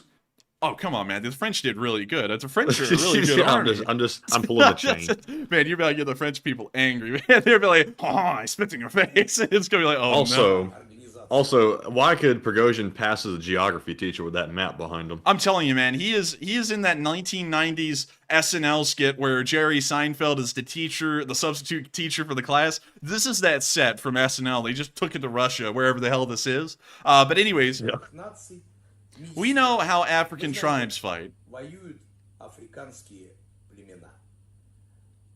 Today, the Wagner PMC is the best army in the world. And we have won them all the time. No, they haven't. I call it cap. We have some moments in our history when we had to get out of the conflict, but solely because our partners completely fell apart, and we've had to step aside for ethical reasons. These people have gone around, now I'm going to be serious in that, these people have gone around and committed war crimes everywhere they've been, Central Africa, Syria, and Ukraine, and now they're going to say they withdraw for ethical reasons. You can't pull that card doing what they do. That's kind of like Hershey's saying that they ethically source their chocolate. You know, everyone knows that they don't, and it's just something that everyone kind of agrees on. But anyways, but today, Wagner PMC is the best army in the world, and behind it, of course, I have to say, out of correctness, that the Russian army and so on. But I think the Ukrainians are one of the strongest armies today. All we got is simp. They have a high level of organization, a high level of training, a high level of intelligence. They have different weapons, and moreover, they work with any system. Soviet, NATO, everything equally successful. That's the obligatory kind words that he has to give. And I have to be honest with you, though. I have to be honest. That is very bold of him to say something like that, especially considering that the Wagner unit almost went extinct facing down the Ukrainian army, and considering that the Russians do not like people saying positive comments about the Ukrainians, especially considering that he is a Russian citizen. That is bizarre to see that he would say such incredibly good things about the Ukrainian army and actually show a level of respect, at least for their fighting prowess in the field, and it's certainly well deserved, no question about it. The Ukrainian army has done amazingly since the start of the war, and honestly, everything he said there about the Ukrainian army, usually we disagree with everything he says. Usually, we do, and this time we can. Everything he said there was pretty true. The Ukrainians did incredibly well so far over the course of this war. They've been able to implement just about every single weapon system, and even in cases where we say on this channel, and many people say that their supply lines are going to get too overcomplicated because they're introducing too many different weapon systems into their armed forces, they still manage to handle that with grace. And it's wild to see the Ukrainians do so well. And very interesting to hear that while he's withdrawing from the war and once again going back into Syria and Central Africa, he's making incredibly positive comments about the Ukrainians, and may also be showing that the supposed information about him being willing to disclose Russian positions around Bakhmut may have been true, because that sounds like a lot of sympathy for the other side that was not present, at least publicly, when the Wagner unit entered the war last year. And so with that, we're now going to be moving on from that little interesting clip and on into the city of Bakhmut itself, where we saw, once again, the Russian drone being taken out. We separated this clip from the other one, from the SSU, once again showing over the city of Bakhmut, the drone being taken down. We can see the Ukrainian drone closing in, and we can see that that right there is Russian Mavic, most likely a Mavic 3, and we now see the Ukrainian drone guiding itself in. We can also see a copyrighted Harry Potter clip. Very lucky I muted the audio there. And we can now see the drone slamming right into it. And now we can see another Harry Potter clip. That's it. And there goes the drone. So, very interesting editing. And really neat to see that another Russian drone has been taken out. Of course, at the cost of a Ukrainian one. But, hey, that's an even exchange. You can't complain about that. We're now going to be moving on to the area of Ivanivsky, where we saw the Da Vinci unit, or more so a video made from United 24 about the Da Vinci unit. And so with that, here's the video clip describing this very interesting unit. And so without further ado, here's the clip.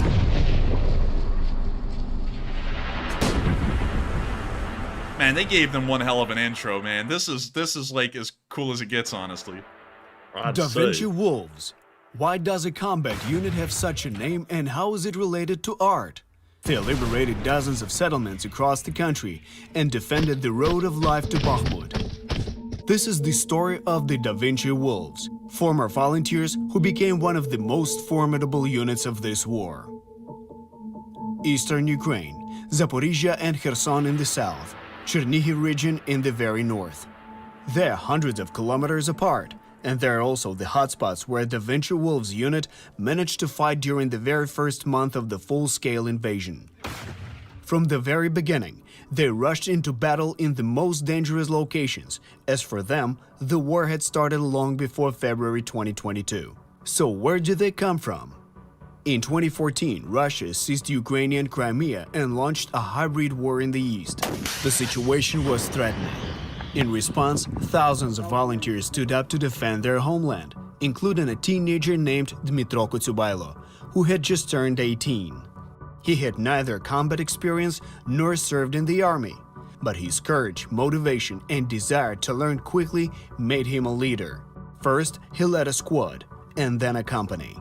Soon, this unit was called the Da Vinci Wolves, all because of the call sign of the young commanding officer. Before the war, Dmitro Kotyubailo dreamed of becoming an artist and studied at an arts high school. In 2021, he became the youngest person to receive the highest national decoration, the Hero of Ukraine. Since 2014, the Da Vinci Wolves have been fighting in some of the most intense battlegrounds, including Pisky, Avdiivka, and Savur-Mohyla. After the full-scale invasion, the Da Vinci Wolves emerged as one of the most capable units. They were tasked with the most difficult assignments in different areas of the front line, including the famous Kharkiv counteroffensive and the liberation of Balaklia, Kupiansk, and Kupiansk-Vuzlovy. So what did they use to fight so effectively? Da Vinci Wolves were at the forefront of implementing truly modern warfare tactics. They were among the first to leverage commercial drones such as the DJI Mavic for reconnaissance and fire adjustment on the front line. Da Vinci himself always stressed the need for terrain study and thorough planning, leading to the Wolves consistently having the lowest casualties among their peers. Thanks to UAVs, we can detect them long before they approach our firing positions. And thanks to the accuracy of artillery, we can suppress them in advance. We aim to ensure that infantry only engage as a last resort.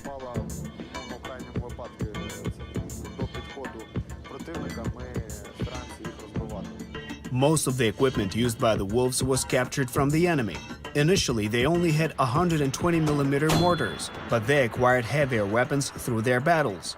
Alina Mikhailova, the fiancée of Da Vinci and the head of the Wolves Medical Service, recalled it this way. Regrettably, we have not yet received any artillery systems, though we repeatedly requested at least M777 howitzers. Instead, we are making use of captured equipment, so-called Lend-Lease, from the Russians. In 2022, the combat success of the Da Vinci Wolves and the acquisition of numerous trophy vehicles led to the former volunteer company becoming a full-fledged battalion, officially incorporated into the armed forces. Prior to that, the unit had been composed entirely of volunteers for the past 8 years. At their training ground, where they were selecting new fighters to expand the unit, only 3 to 5 out of 200 applicants were accepted on some days.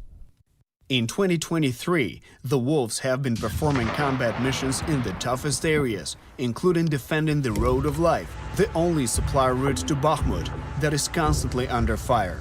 Regrettably, it was there that one of the tragedies of this war occurred. During an interview when he was 18 years old, Da Vinci made his priorities clear. We had a task of clearing the area. The artillery worked, and we had to clear it afterwards. Thanks God my comrades survived unharmed. That's it. On March 7th, 2023, 27-year-old Dmitro Kotyubailo Da Vinci died while helping journalists and soldiers take cover during a shelling. The injuries that Da Vinci sustained during the attack proved fatal. At his funeral in 2023, his comrades in arms, along with the Minister of Defense, Commander-in-Chief, and President, paid their respects at his coffin. His comrades continued to carry on with this mission. Once artists, engineers, and teachers, they now serve as soldiers in a battalion with the legendary name that has become renowned worldwide: Da Vinci Wolves. And that was the end of the clip right there, but talking about the incredible Da Vinci Wolves and their amazing story from the beginning of the, I guess you could say, hostilities in 2022 at this phase of the war and up until the present day. Of course, Da Vinci himself, the commander of the unit, did get killed just not too long ago in the area of Bakhmut, helping out journalists. And we did see that news in, of course, considering that we always don't focus on individual stories, we didn't cover it because, of course, we always want to view the war as the struggle of an entire nation. But it is important to remember that while Ukraine is an entire nation of millions, there are single individuals, every single one of them, just like Da Vinci, that are fighting on the front lines in this war and fighting to defend their own homeland. And I think it's very important to remember that people like this are the reason why everyone in the world continues to support Ukraine, and the real faces behind this war. We usually don't show them because talking about stuff like that is pretty tough, and we always try and make sure to keep the channel's news about as light as possible. And you know, that was something I actually did see, and I actually had a debate, considering that while I never really covered the story of Da Vinci, the commander, personally, I always considered it in the background a little bit, whether we should cover his, of course, unfortunate death or not. But we decided not to, and I thought that that was a pretty interesting way to really give a true, I guess you could say, story, not just the sadness of Da Vinci, but the amazing unit and the revolutionary tactics that him and his unit introduced to the battlefield that help the Ukrainian lives to be saved to this day, both civilian and in the military. Of course, he was an impressive soldier and an impressive person, and the reason why that we continue to cover this war to this day is because folks like him are still out there, and folks like him were out there before they were killed and continue to fight for their land each and every day.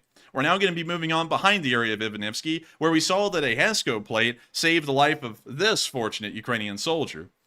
We can see the welt's pretty big on his back, but this thing stopped an entire 7.62 by 54 rimmed cartridge, or more so a bullet, not the cartridge itself. That's what's ejected out the gun. Sorry, y'all. It was actually the bullet. The bullet hit the plate, and the plate stopped the round dead. Now, if y'all don't know how big or how powerful a 7.62 by 54R is, that is about as powerful as a frontline rifle gets before you start to get into crazy calibers like the 338 Lapua, 50 calibers, and also, I guess you could say, the 14.5 millimeter alligator rifle. So it's amazing to see that this plate saved the soldier's life, and he got out of it with nothing more than a really sore back. In fact, the company that made this plate, the HESCO company, has actually offered to give him a replacement free of charge. That's nice. Yes, because, you know, it saved his life, and it's really good, I guess you could say, PR for the HESCO company. And to be honest with you, considering that we can see that a HESCO plate did save the life of this soldier, especially going up against one of the highest caliber rounds you'd normally find on the battlefield, I too would get a HESCO bulletproof vest or bulletproof plates if I ever needed one, because hell, that thing could stop just about anything if you could stop 7.62 by 54 rim. And so with that, is it just a steel plate, or is it something different? I think it is just a steel plate, because it looked like it was made of steel. It doesn't look like it's ceramic. We'll go back to it real quick. It looks steel. It looks like it actually may be a mix.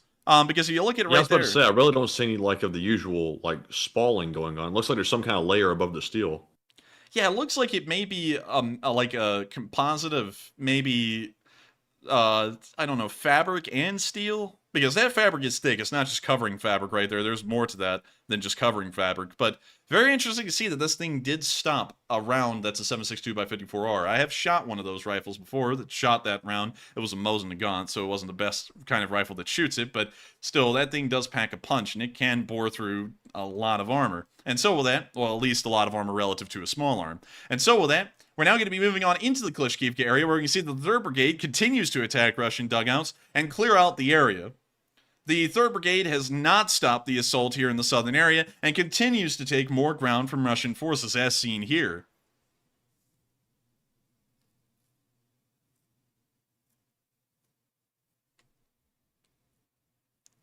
We're trying to ascertain who's the Ukrainians and who's the Russians in this clip. Right now, we can't really tell exactly. But we can see artillery landing back there. That may show that that's Ukrainian artillery hitting a Russian position. Or you can now see Ukrainian soldiers clearly marked with green, and it appears that they're advancing forward into the Russian positions over here on the left side of the screen. We can see a Russian right there. We now see them moving forward as something explodes behind the Russian foxhole, and it appears that that Ukrainian is now aiming his rifle and maybe laying down fire at that foxhole.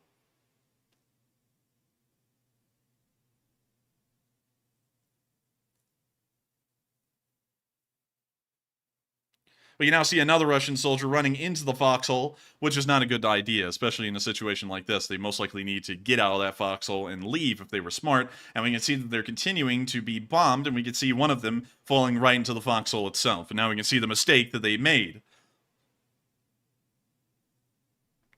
We now see the drone just flying off into the sunset after a successful trench clearing. And what better way to end the video? We're now going to be moving on into our next clip, where we also saw some Russian soldiers drinking from the most polluted water we have seen in this war so far. This water looks raw putrid.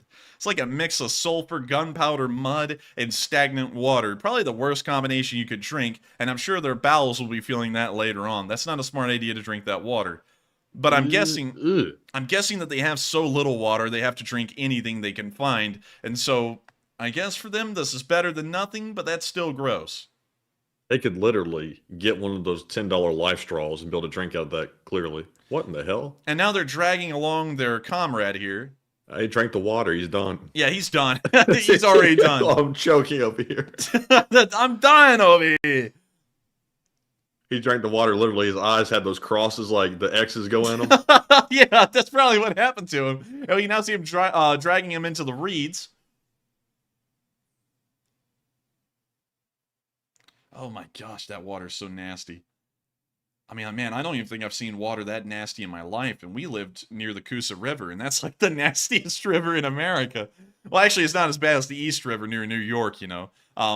But man, that's bad. Anyways, that's the end of the clip, and once again showing them drinking that stale water. We're now going to be moving on. Drank some of that straight up dookie water for real.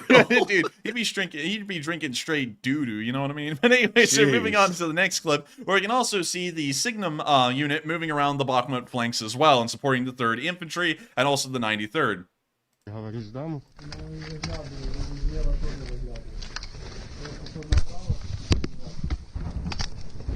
We now see him trying to get the rifle into the opening and also aiming it.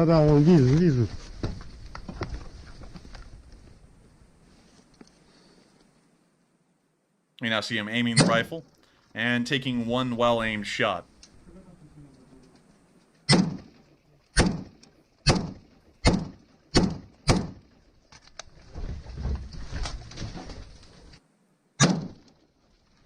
We now see him continuing to fire his AK out of the opening.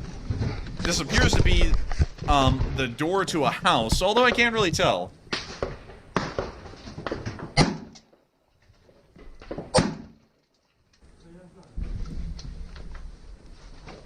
Ты понял где? Да, принял. Все. Давай до перший. Быстро. Блядь, до 3-й подъезд, зеленый, сука. Давай. Да. Блядь, РПГ цепануло. We now see them exiting out of the building, making a pretty large amount of ruckus as they're hitting the steel doors. Минус, хлопцы уже ушли.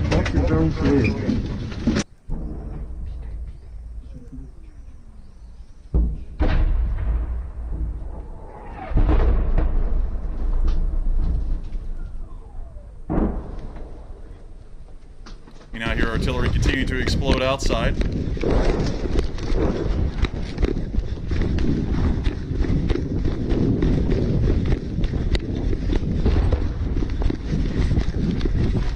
We now see them moving past the burned out building on into their next position. We now see that they cut the footage and they may be further inside of this destroyed building. We hear artillery flying overhead and exploding as they continue to move through the destroyed apartment block and appear to be trying to engage Russian forces in the building, maybe.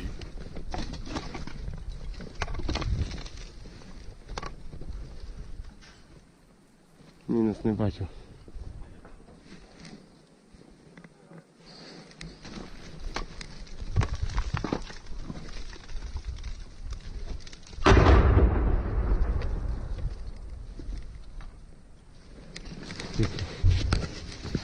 Bada boom.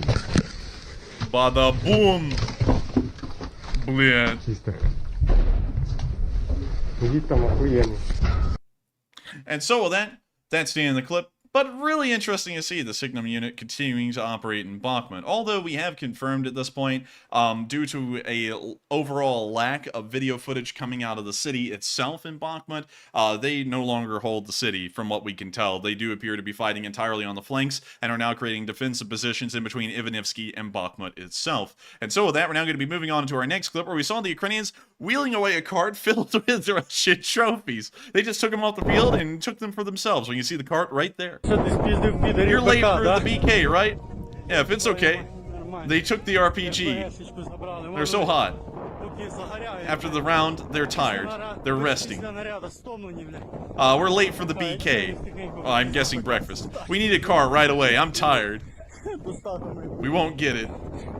And that's the end of the clip, but we can see them getting out of there with a pretty decent amount of loot. And I gotta say, really nice for them to get a couple of AKs and what appears to be maybe a box of mortar rounds or small arms ammo. Really nice. And so with that, we're now going to be moving on into our next clip near the area of Kurtimivka, where we saw the 3rd Brigade storming Russian positions. This is a very short clip, but they continue to clear out foxholes in the tree line in the southern flank. We now see the soldiers running up forward to a dugout. And you see him firing into it and then just chucking the grenade down there, nice and easy. The grenade then explodes. And he gives a little yeehaw. And then lays down some fire further down the tree line. And so with that's the end of the clip, but really nice to see that the 3rd Brigade is continuing the assault and making sure to clear out Russian foxholes and move themselves further around the flanks. With that, we're moving on to our next clip nearer to Klishkivka, where we saw that 6 Russian soldiers have been captured today. The Azov Assault Brigade has also taken prisoners. 1, 2, 3, 4, 5, 6. He'll be counting the rest of them here in the back. 3, 4, 5, 6, and 2 from the 300th went to the hospital. So they actually captured 8 of them, but 6 of them are in this car, well, this van. And so with that, that's the end of that clip. And great to see that they're able to capture 8 Russians, 2 wounded, 6 in actually okay condition. And it appears that these will be added to the prisoner exchange fund, where they will be exchanging them for all kinds of nice stuff, mostly Ukrainians, but really great to see. And so with that, we're now going to be moving on down the line and into the area of Verkno-Turetsky, where we saw a Russian BMP go up in flames. And so, here's the clip. We can see the BMP right out there, and we're about to see the BMP not out there any longer. Poof, there it is, and the BMP's gone. We can now see some ammo burning and popping out of the BMP, and that thing's a goner. We can see that a decent amount of the road wheels were blown away, and we can now see the second shot landing more towards the fuel tank. We can now see the fuel tank is caught on fire, and the thick black smoke of the gas burning is now billowing out of the tank, well, the APC. But still, great to see, and wonderful to know that they were able to get another BMP. We're now going to be moving on a little bit further down the lines and into the area of Pisky, where we can see that Scooby-Doo got blown up. I'm sorry, y'all, but the Scooby-Doo series has been canceled. The Scooby-Doo is no longer. Here's the clip. Like, Zoink, Scoob, I think that Bakhmut's coming right for us. Ruh-roh, Raggy. The windshield's gone. But anyways. Man, what episode was this? I never saw this one. I don't think I ever saw this one. I think this may have been the one, Matthew, where that alien showed up with, like, the space mask. And it was going, you know, or something like that. We see the Zoink, Scoob, the bottom of the van's on fire. Oh, like, God. Zoink, Scoob, I think we need to bounce. Ruh-roh, Raggy, we bounced out. That's hops out the window. Dang, that thing is gone. I don't think that one's coming back from that. Zoink, Scoob, I can't breathe in there. Dang, that thing burned down. Like, it burned down. Like, the suspension is gone and everything on one side. That's actually wild. And so with that, that's the end of the clip. Really nice to see. And with that, we're now going to be moving on to the area of Pervomaisky, where we saw that Russian forces were hit by an FPV drone.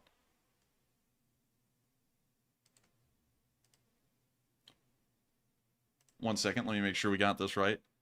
Strikes Ukrainian positions. Actually, this is the Russians striking Ukrainian positions, and this is apparently from the 9th Regiment of the DPR. So here's the clip, and let's see what it shows. Sometimes, y'all, I have to be honest, I don't know if I'm dyslexic or what, because sometimes I read those, and I swear that it says, like, the 9th Battalion of the Ukrainian Armed Forces, or the 9th Brigade. I don't know why, but this is a Russian clip. So we can see the FPV drone flying in. We can see what appears to be the Ukrainian trench works right there. We can now see the Russian drone flying in. And it appears it landed off the mark. We can see they're Not fine. surprising. Yeah, not surprised. You know, I was actually thinking, I was like, oh man, we're about to have to start talking about, you know, of course, how there are inevitable losses in a war. These guys weren't even close to that. It hit below the hill on them. I'll show you all that again. It hit right there, it seems. And there was actually a berm in front of them in that explosion, so the chances of them actually being hit by anything rather than a little bit of the shockwave of that blast is pretty slim to none. And so with Leave that, it to the Russians to highlight a failure. dude, that's all they have. That's all they can show. And it honestly, I feel like we should show a decent more amount of those. I know we largely removed those now, but I feel like we should show more of them because it's always crazy to see how badly the Russians fail, and yet they put it out there like it's a great success. We're now going to be moving on to Marinko. Great success. A great success. And we're now going to be moving on into Marinko, where we saw some Russians being hit there. Oh, I'm going to have to mute that because they're playing the chat music as usual. We can see a little bit of smoke coming from one of the houses, and we see the Ukrainians highlighting what's practically a Russian compound out of these 4 houses on the street. We can see them continuing to highlight other houses as well. It appears the entire street's infested with Russian soldiers. They're now going to start clearing them out with mortar fire. We can see one of them landing right there, and a fire has begun on one of the houses. We can now see some smoke billowing out of the red-roofed house, and we can see more mortar rounds starting to hit right on their marks. We can see Russian forces trying to move from the larger house and into the smaller shed outside, but I don't think that's going to do them much good. They're not moving far enough.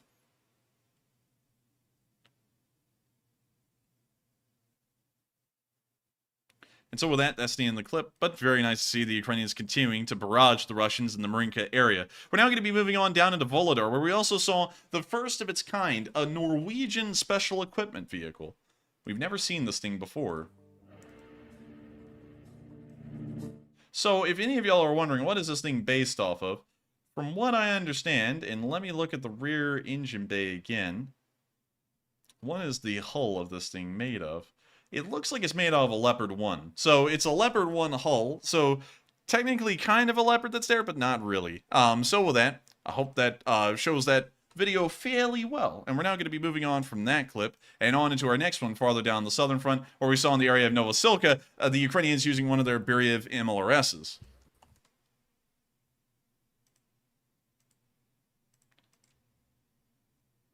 We can now see them setting up the MLRS and getting into it. It appears that they did plan this video, though. Because they took those foliage off. They were like, okay, go! And they took the foliage off. We can now see them getting in the Beriev, a beautiful cab.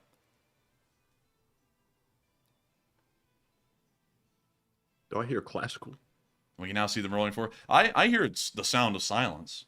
Softly creeping. Left its seats while I was sleeping. And now we can see it rolling out there and across the road. Looks pretty nice, actually. It does look pretty nice. Kind of sleek. I gotta tell you, the bots are out in force tonight as well. I was just looking at that.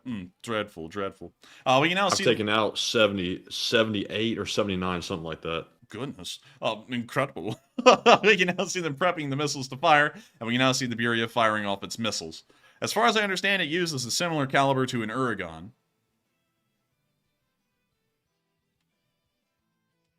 Are these the Russians or the Ukrainians? These are the Ukrainians. The Ukrainians are the ones who have the Beriev MLRS.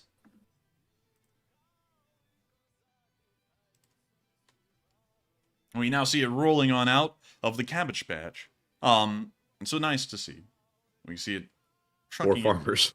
Man, those farmers, man. Oh my God. At least $30 destroyed crops right there in the backblast. But with that, that's the end of the clip, and great to see that they were able to take care of a little bit of Russians with their Beriev. Very nice clip. With that, we're going to be moving on down to the Orikiv or Kupani area, where we saw another BMP get blown up. And so here's the clip. We can see the BMP down there, and we can see the BMP explode immediately, and then burst into flames.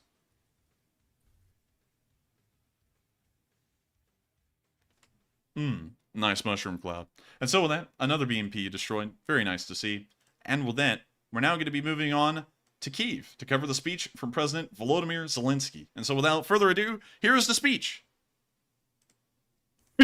Speech. And it's a pretty lengthy one, and honestly, I'm starving, so I'm going to be back. Бажаю здоров'я, шановні українці. Провів сьогодні перше засідання Ставки Після усіх важливих візитів, зустрічей і рішень, оборонних рішень, над якими ми працювали доволі довго, і ось отримуємо їх у взаємодії з партнерами. Передусім, це стосується авіаційної коаліції, коаліції сучасних винищувачів для України.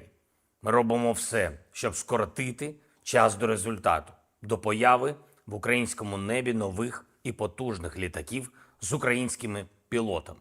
Зрозуміло, що цей глобальний крок дозволить розширити наші оборонні можливості, бо лише із потужними літаками система протиповітряної оборони стає повноцінною.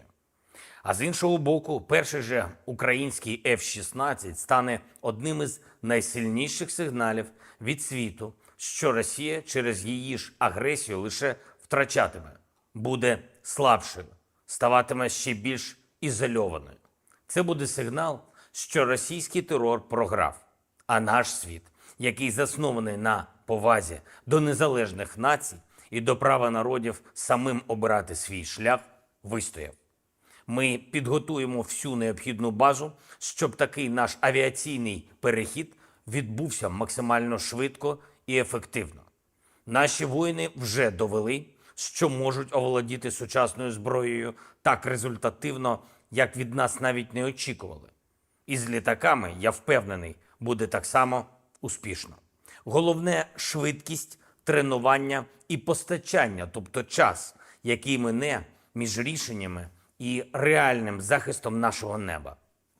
Сьогодні на ставці, як і завжди, заслухав звіти командувачів, главкома, керівника ГУР щодо поточної ситуації на фронті, нашої протидії окупанту і тих можливостей, які Росія збирається використати проти нас. Знаємо, чим відповідати. В тому числі це стосується ракетної загрози та постійного терору дронами камікадзе. Зараз Росія все частіше вдається до таких званих комбінованих ударів, різні типи ракет, різні типи дронів. Дякую нашим повітряним силам, усім нашим захисникам неба, нашій розвідці за те, що наш захист вдосконалюється швидше, ніж Росія встигає змінювати свою тактику терору. Якщо взяти, до прикладу, лише одне знаряддя російського терору – іранські шахеди, то на сьогодні на рахунку наших воїнів майже 900 цих збитих дронів. Загалом же проти України було застосовано близько 1160 шахедів. Більшість збиваємо. І постійно шукаємо інструменти, щоб зробити кількість збиття іранських дронів повною. Але сьогодні, зважаючи на те, що такі удари тривають постійно, хотів би звернутися напряму до народу Ірану, до усіх, до суспільства, до іранських улемів, до кожної іранської родини, до тих людей, які здатні впливати на державні рішення в Ірані. Просте запитання. А для чого вам бути співучасниками російського терору? Чому ви на стороні держави зла?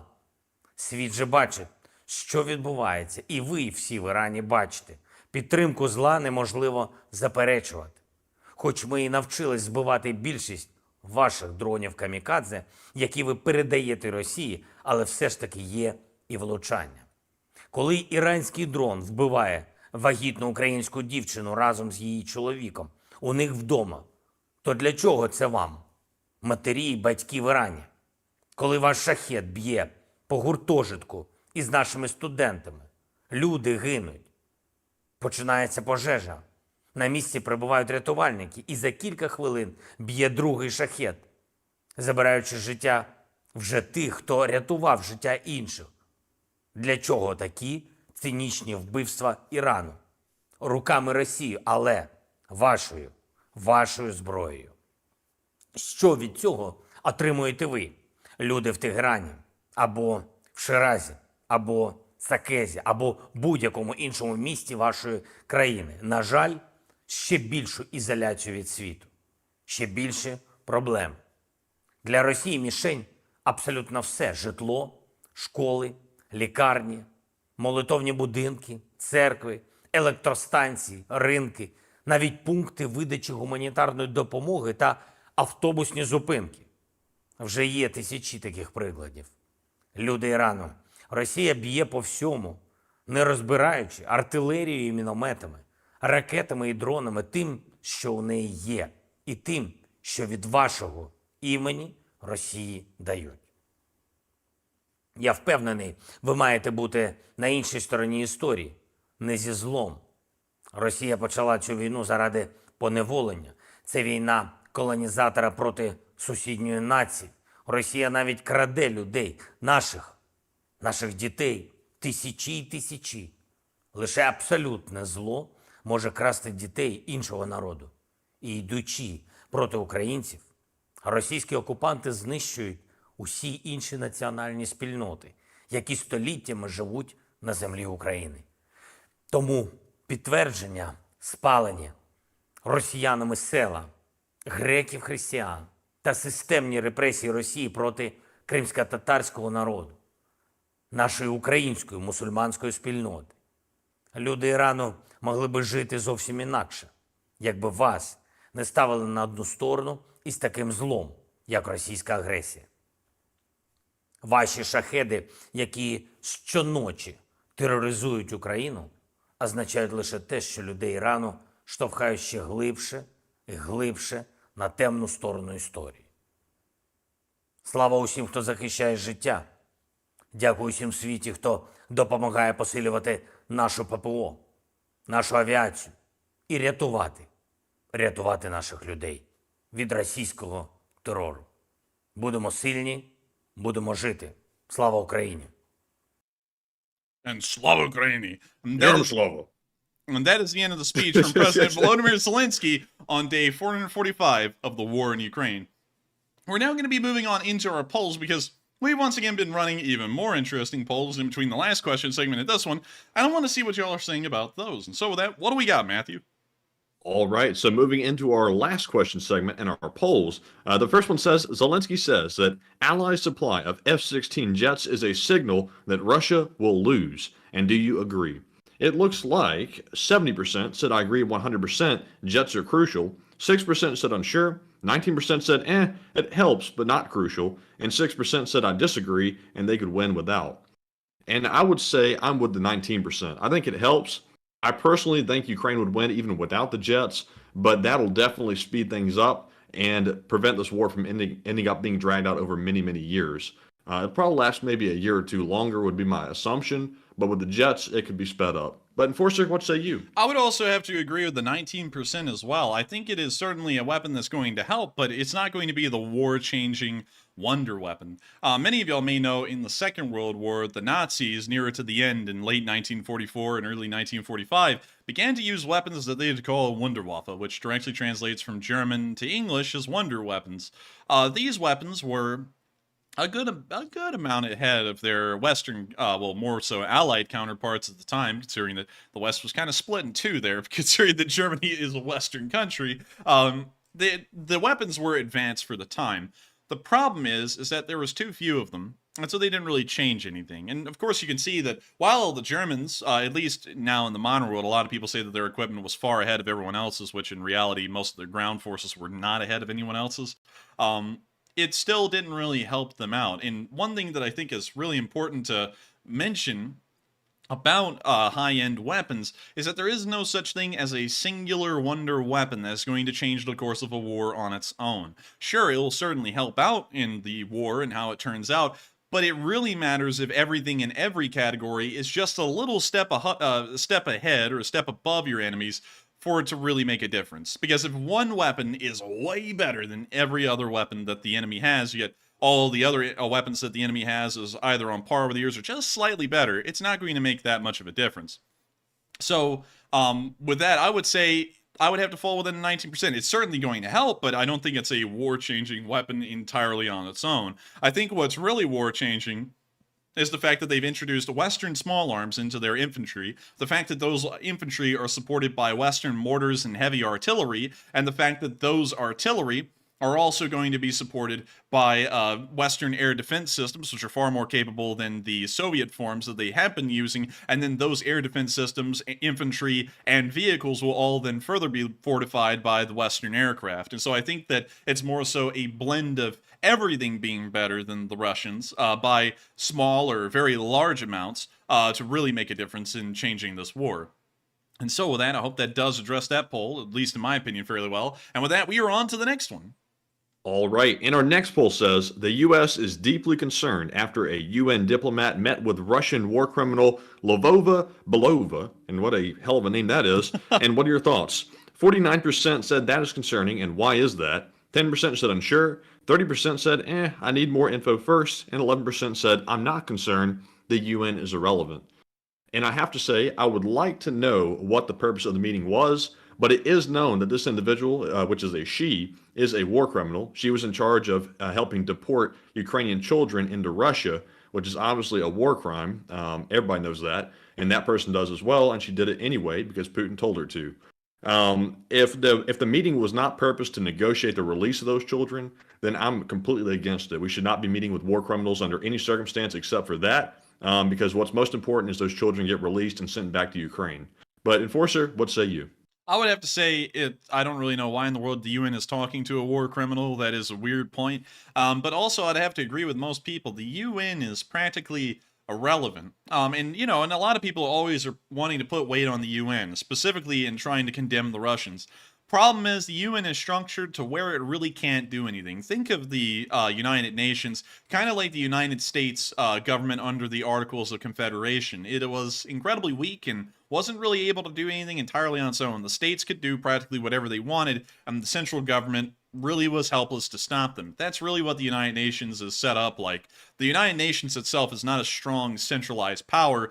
It's a very weak centralized power, if it even is a power, and the countries in the world can largely do whatever they want. Really, the UN just serves as a forum for them to all talk through, and to also be unanimously recognized in an international setting. That's really the only purpose the UN serves. So they could talk to her all she wants, and she could say whatever she wants, but the decisions that always come back to the UN always go to the Security Council, which is only 5 countries, and one of those is the United States. And only one single country has to veto a decision for it to be null. And if every other country on that Security Council of the other 5, the other 4 could agree on something, and as long as we veto it, nothing's going to happen. And that's why I don't really put a lot of weight into the United Nations. There was a lot of people who put too much weight into the United Nations on both sides. Some people think that the UN is going to come into their homes and kidnap their kids, and other people think the UN can actually enforce things around the world. The truth is that the United Nations just doesn't really have any enforceable power, and really everyone can do whatever they want. It was kind of structured that way from the start. So I would say it doesn't really matter that they're talking to her, but still from a symbolic level, it doesn't look good for them to be talking to a recognized war criminal that has committed I guess you could really say crimes against humanity more so than war crimes. And so with that, I hope that does address that fairly well, and we are on to the next one. And the next poll says, Microsoft says it found evidence of Chinese malware on systems in Guam, and is this a preparation for Taiwan invasion? 47% said yes, it was a Chinese preparation, 15% said unsure, 3% said it was, but not a concern, and 35% said no, it's just normal cyber warfare. And on this one, I'm kind of unclear on one thing. I'm not sure if an actual attack took place on the cyber systems. To my understanding, it was installed on the telecommunications systems and not just general computer systems. So if it was, I just totally lost my train of thought. But I think I'd fall within the 47%. I'd probably assume, while I tried to get my train of thought back, I'll probably assume it was a Chinese preparation for the invasion of Taiwan. But now that it's been uncovered, it's pretty much going to be useless. But Enforcer, what say you? Okay, so I'm going to be honest with you. When you lost your train of thought, I lost my train of thought because that really threw me off guard. It's like I got zapped. Yeah, could you read the poll prompt for me real quick? And the poll said, Microsoft says it found Chinese malware on systems in Guam. And is this a preparation for Taiwan? I don't think so. It's probably been everywhere. We do have to remember that, and I believe if I'm correct, Matthew, and once again, I want to say this, I'm trying, on a live stream, whenever I'm trying to draw from, like, historical examples or anything for that matter that is out of the Ukraine war, I'm trying to pull that out of the back of my head. So it may not be completely accurate, so just correct me if I'm wrong. It's okay if I'm wrong. It's not going to matter. We'll just correct it. But I believe Edward Snowden was the one who said that the U.S. had kill switches installed into Japan's infrastructure in case if anything happened, we could just shut the thing down. I think he said that at one point. I think he did. I'm trying to remember that correctly or not, but you always have to remember that everyone's always doing something in the background, even to allies. So I would say that's probably just normal stuff. And actually, another thing, Matthew, I was listening to is all the way back last year on day 16. I just clicked to a random point in the day 16 stream. People were asking about Taiwan and China then, and that was about 440 something days ago. And I was telling people, I don't think they're going to be invading anytime soon. And people were actually asking a question, will the Chinese be invading within the next 2 months? And that was, almost a whole, more than a year ago at this point, almost a year and 100 days later. We still don't see the Chinese doing anything to Taiwan outright. So I'd honestly have to say they're probably not going to be doing anything for a good while. That's just my opinion. Now the foreign minister of Taiwan saying it'll be by 2027, which is a pretty big change from what they were saying. That's a big leap. I mean, hell, that's 4 years. Bigly. Bigly. It's bigly. We always gotta talk in bigly terms. It's always huge, always great.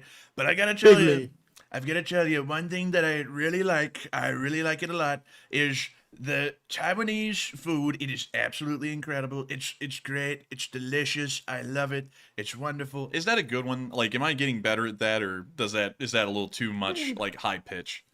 It's alright. Man, what the hell happened to my Orange Man voice, man? It used to be good. Anyways, with that, I hope that addresses that fairly well, and we are on to the next one.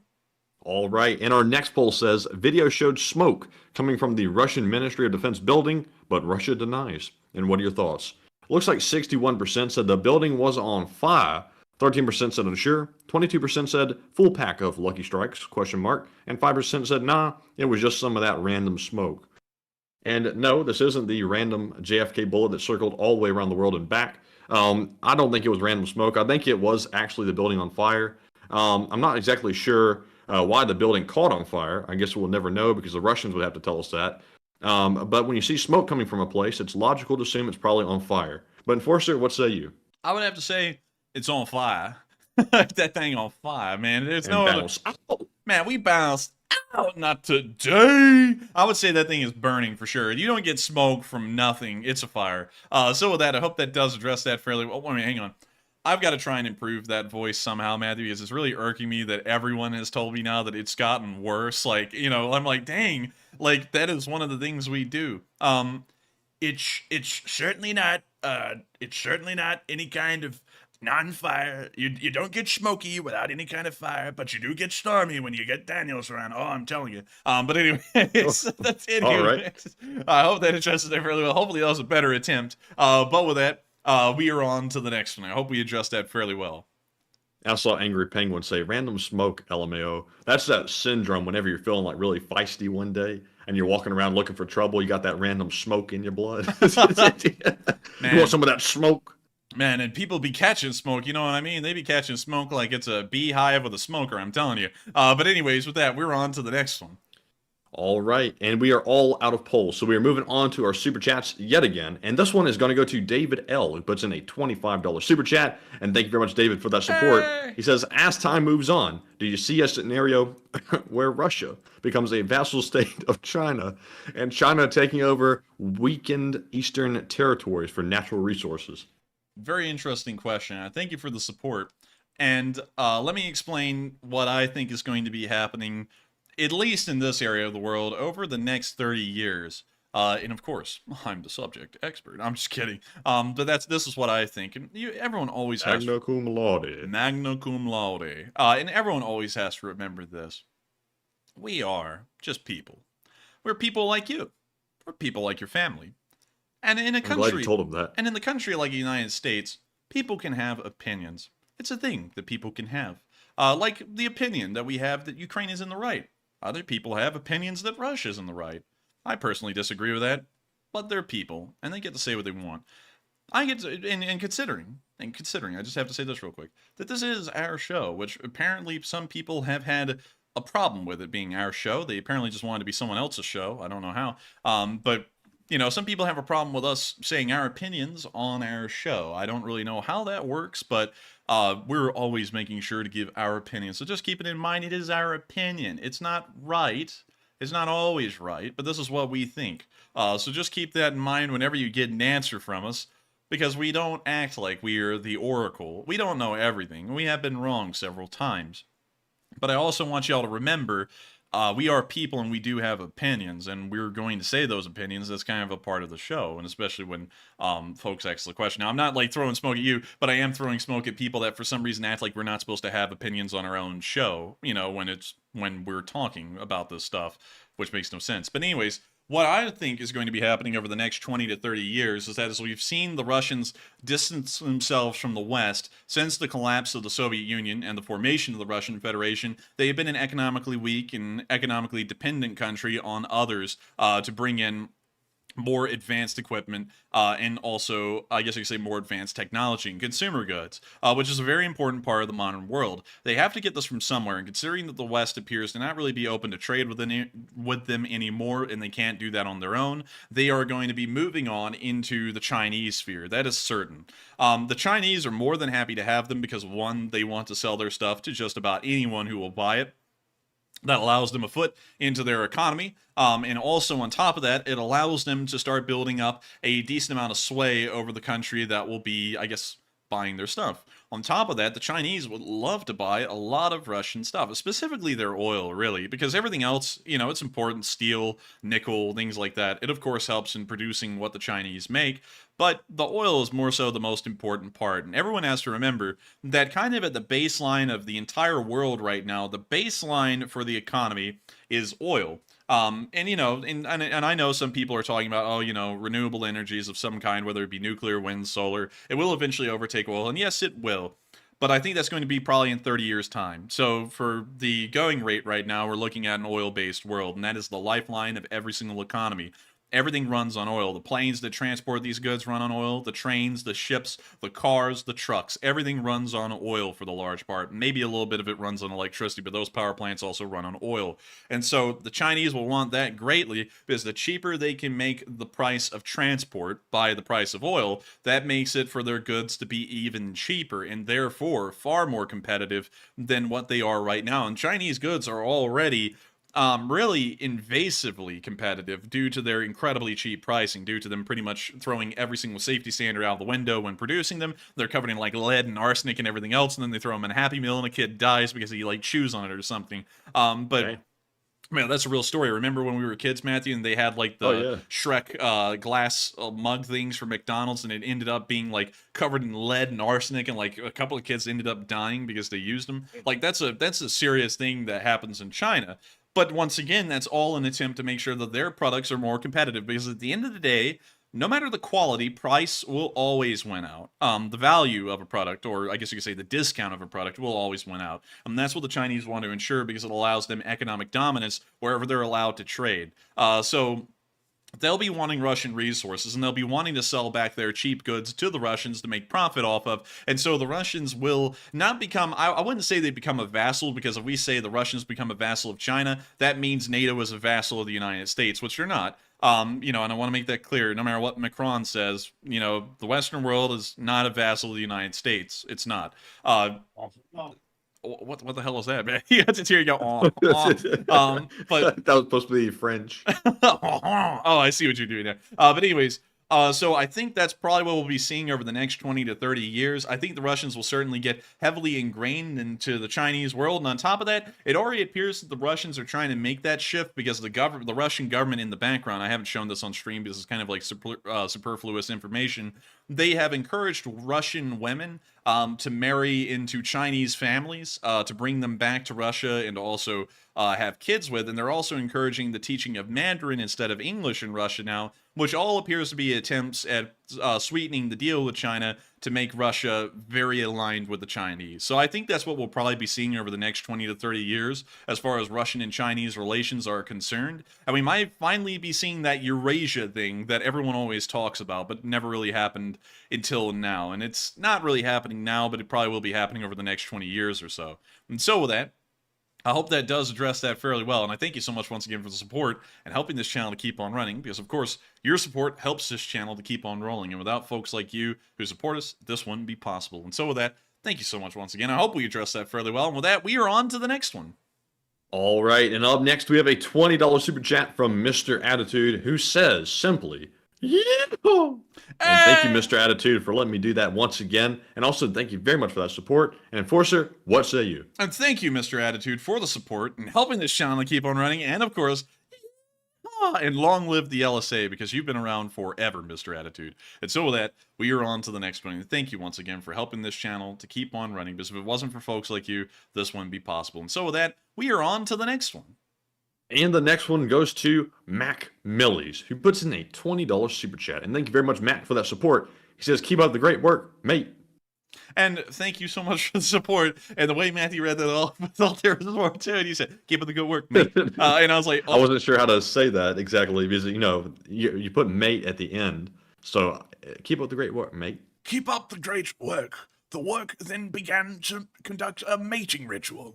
But still, thank you so much. Not that kind of mate. Not that kind. Not that kind. You're not that kind of mate, pal. You're not that kind. But still, thank you so much for the support and encouraging us to keep up the good work. Of course, I honestly have to say, like, my opinion on receiving praise is that I usually don't like to receive it because, you know, it sounds kind of narcissistic to say it is good work. But, you know, after a while, we just gave up on that. And we're like, hey, thank you so much for enjoying the good work. We'll make sure to keep it up. And thank you so much once again for supporting this channel and helping us to keep this thing running, because folks like you make it possible. And so with that, we are on to the next one. And thank you so much once again for the support.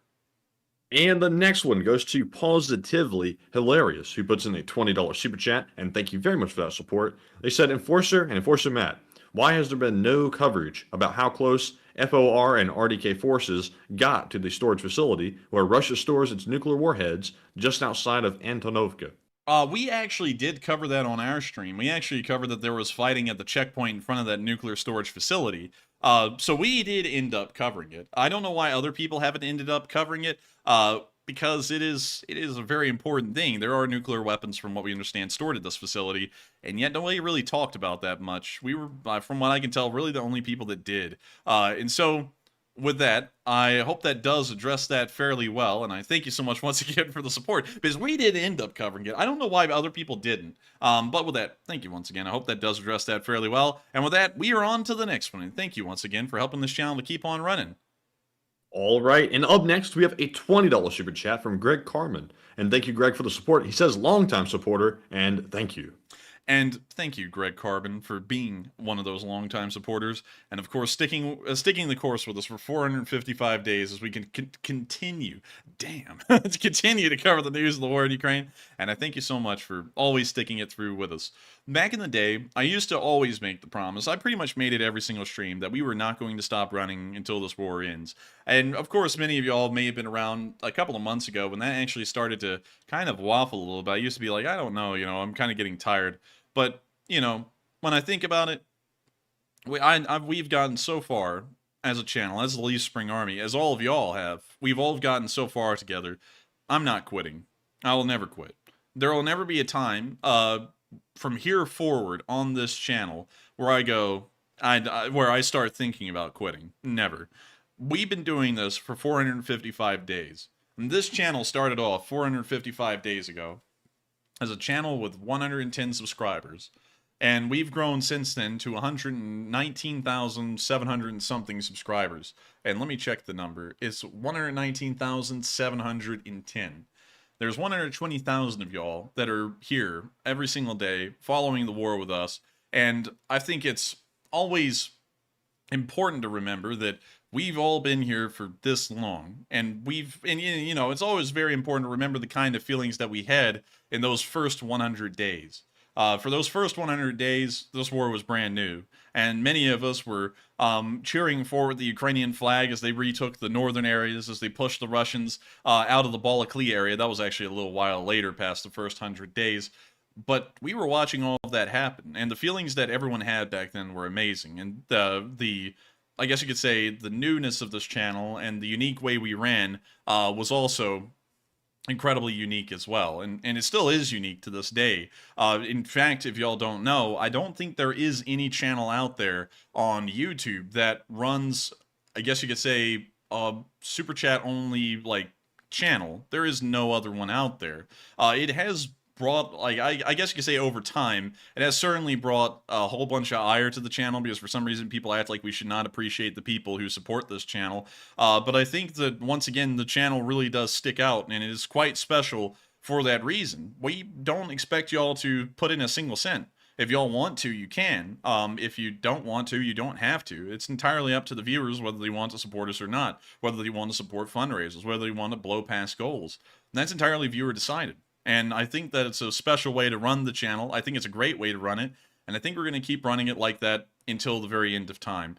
I for one, just in case if any of y'all have not heard my thoughts on this, and I'm sure y'all have a million times, it's like a broken record with this, but I think ads are really tacky, and I especially think that sponsorships are tacky on a subject that involves people being, I guess you could say, snuffed out. Whether we make it light or entertaining or not, I still think that's a very tacky thing to say. Today's killings are sponsored by so-and-so. So we never ended up with sponsors. We never ended up with ads. And I think that it's a special way to run this channel. I think it's the best way to run the channel, because y'all get to decide whether y'all want to support it or not. And beyond that, y'all get to watch this thing absolutely free. We've been doing that since day one, and I'll never stop doing that until we close off this stream. And so with that, I hope that does address that fairly well, and I thank you so much once again for the support, and I hope that does address that fairly well. And with that, we are on to the next one. All right, and our next one goes to Silver Earth, who puts in a very generous $50 super chat. And thank you very much, Silver Earth, for being a longtime channel viewer and supporting us and helping us to keep going. He says, my favorite moment was when you woke up Starsky to tell him that the Courage Bridge was on fire. Thanks for the channel, LSA for life, and Slava Ukraini. And I have to say, before the Enforcer answers that, the other day when we went shooting with Jay Bagwell, he said, what was your favorite moment? And this is the exact one I told him, because we literally did call up Starsky at that exact moment.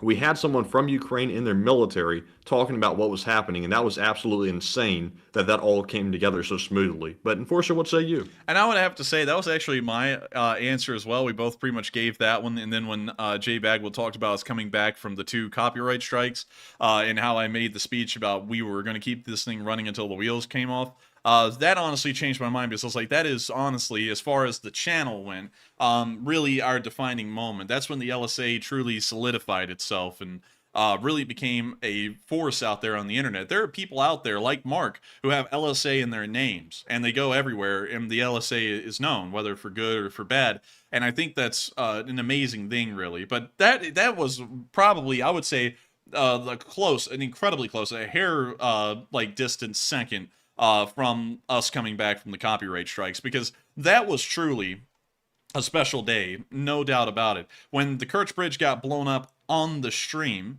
like within 10 minutes, a video was out after the Kerch Bridge had been blown up, and we were covering the Kerch Bridge, putting the pieces together, and we got Starsky on air on the phone. I just called him up and said, hey dude, get on, the Kerch Bridge blew up, and then he got on, and I think that was really cool. And on top of that, it was cool having Starsky on. We haven't had Starsky on in a while, largely because we haven't done a podcast format again, because if we ever have guests on again, because I'll, to give you all a little bit of a spill as to why we haven't had guests or been guests anywhere else.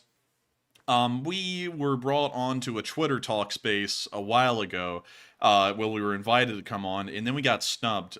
We pushed a whole bunch out of our way in our schedule every day to run this stream, to go over there, and they ended up not even letting us talk, and we stayed there for like an hour and a half, and then we just ended up leaving and running our show. And that kind of soured us so badly on being a guest, and also also every once in a while, people also complain that we don't really allow our guests to talk a lot, and I have to agree. The reason being is that our format is kind of like a bullet point, like firing off the news kind of thing, and it's really hard to have a guest in that because it either removes that like bullet point information format that we kind of have going, where I just list off the news and what's going on in an area, and then we have to go kind of like into a discussion format, and that's really hard for me to do because I always want to make sure that we cover the news as well. But it was really cool having Starsky on, and we actually have, I believe, sent a tweet back and forth every once in a while to Starsky on Twitter.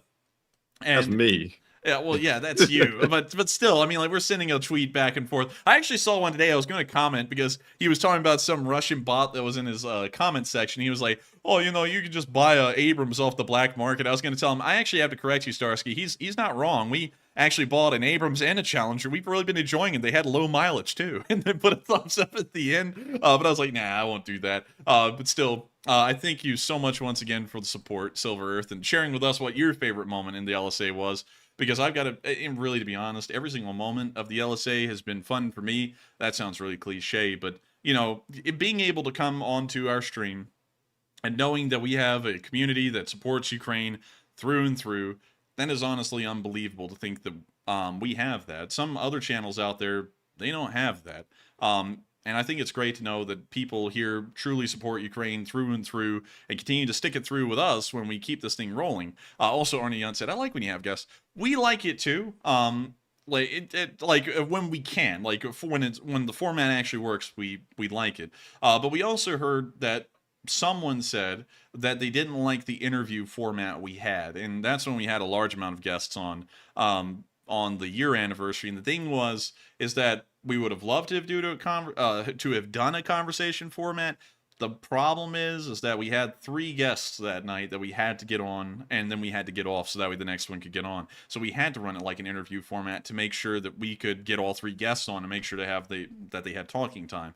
And that kind of discouraged us as well, being totally honest, because we were really excited to have all of these guests on, and then one of them kind of wasn't really happy about the format we had, and I was like, man, we're just making sure that all of y'all have talking time and making sure that we kind of make sure that things just don't go on forever and we end up like we did on the Twitter talk space with someone just sitting there for an hour and never getting to talk. But anyways, with that, I thank you so much once again for the support, Silver Earth, and I hope that does address that fairly well. And thank you so much once again for helping this channel to keep on running. And you've been around for a long time too. And so with that, we are on to the next one. All right, and the next one goes to Colleen Emsley, who puts in a very generous $50 super chat. And thank you, Colleen, very much. And also, it's good to see you once again. And she says, thanks, guys, and appreciate you both. Still 70 wildfires in Alberta, but hasn't come across the lake and amazing clear skies. Dock in and ready for fishing, and must beat my 100-centimeter walleye this year. And Slava Ukraini in LSA. And I thank you so much for the support, Colleen. And it's great to hear that you didn't have to evacuate. Because last time we heard from Colleen, just in case y'all are wondering, why in the world are you saying they had to evacuate? They live near this lake here in Canada called Calling Lake. Have fun trying to get out there. It's like in the middle of nowhere. But there was a wildfire that was actually right on the other side of this lake over here. And last time they were here, they said we might get evacuated. And they didn't. So very lucky. And congratulations on not getting evacuated. That's nice to know that the fire has largely been contained a little bit, at least from what we can tell, and good to hear that there's clear skies as well, because whenever I saw those videos during the California wildfires where the sky was red and everything was just smoke covered, that truly was hell. I mean, like that's what you would imagine hell to look like, and that's what the wildfires looked like in California. So it's good to know you're not going through that. And also, I hope you have fun fishing. I guess you would be fishing in Calling Lake. I mean, like, that's a massive lake. And if you capture a big walleye, make sure to send us a piece. I'm just kidding. We usually don't eat food that comes in the P.O. box, but make sure to send us a little piece because we always enjoy a nice little fish. Honestly, I love fried catfish the most. That's literally really my... Why in the world am I having such a hard time talking? Really my favorite fish. What happened? That's really my favorite fish, but I've never had walleye, so that would be interesting. So with that, thank you so much once again for the support. I hope that does address that fairly well. And of course, Colleen, thank you for being our LSA helicopter pilot. And so with that, we are on to the next one. And thank you once again for helping this channel to keep on running.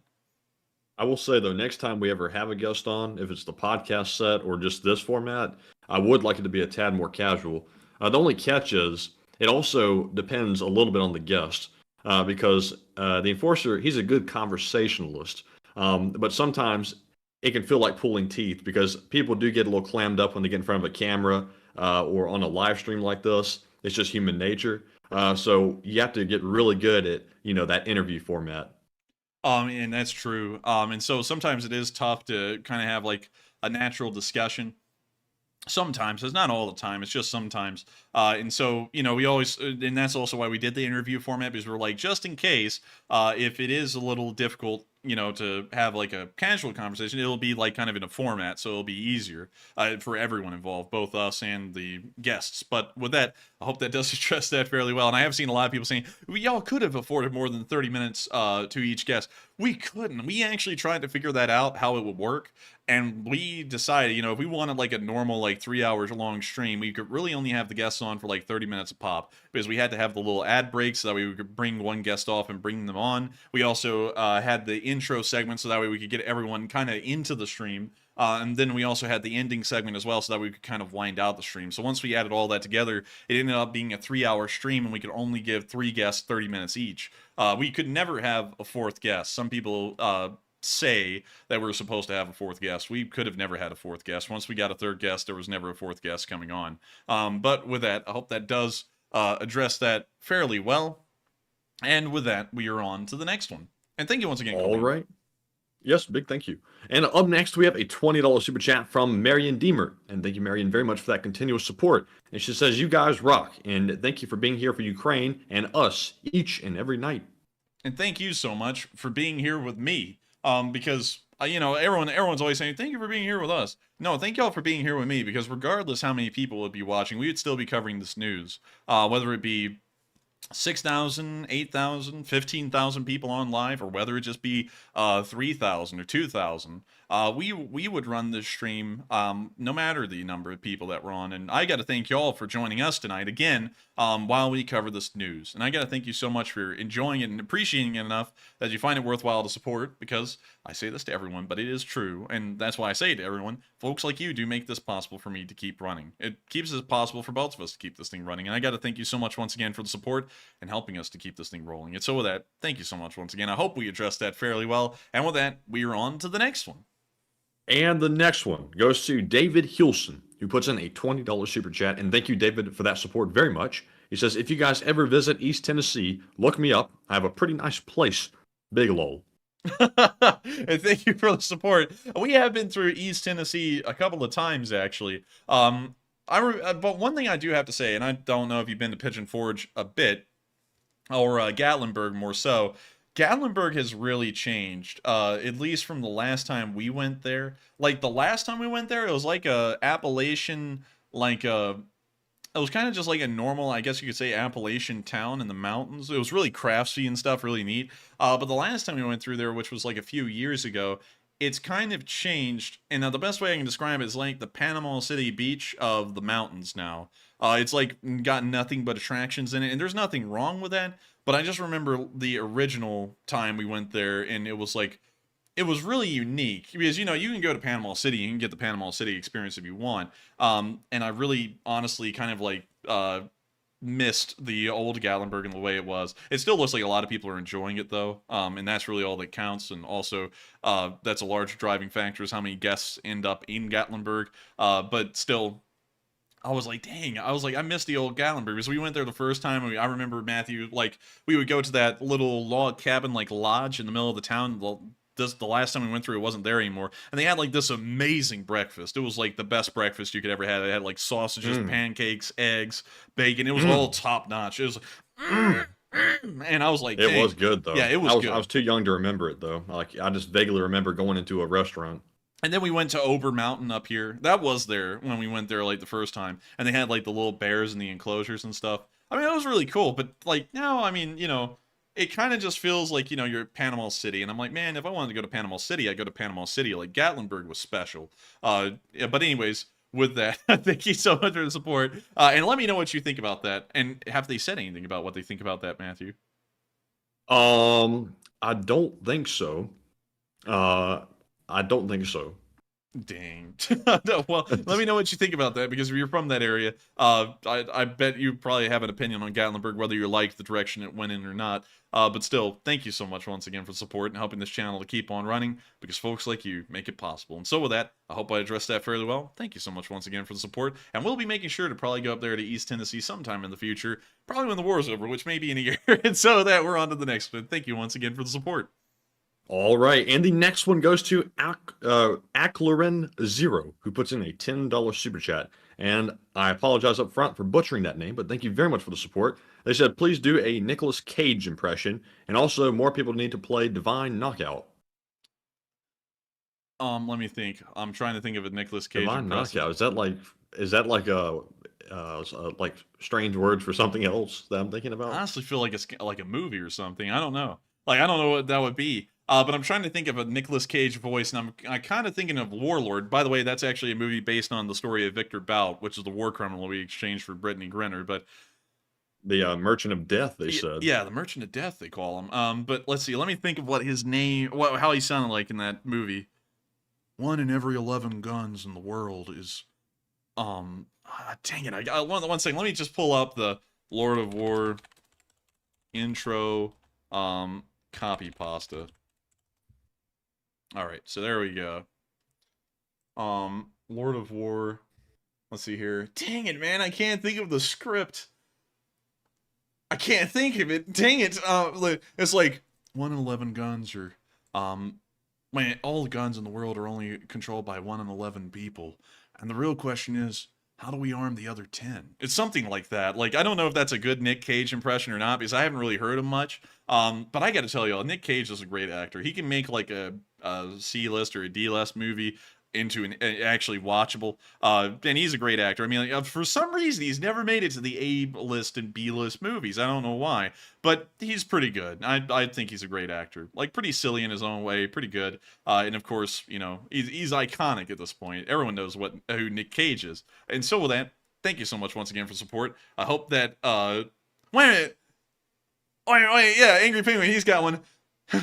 Take his face and put it on my face. I think I've seen that on YouTube. Like, it was like a 5-minute clip of something that he did. But, you know. That sounds like a war crime. Yeah, well, he was like drug dealing and stuff, I think, in that movie. Oh. But anyways, with that, thank you so much once again for the support. I hope that does answer that fairly well. And thank you once again for helping this channel to keep on running. And I hope that was a passable Nick Cage. And so with that, thank you so much once again. I hope that does address that fairly well. And with that, we are on to the next one.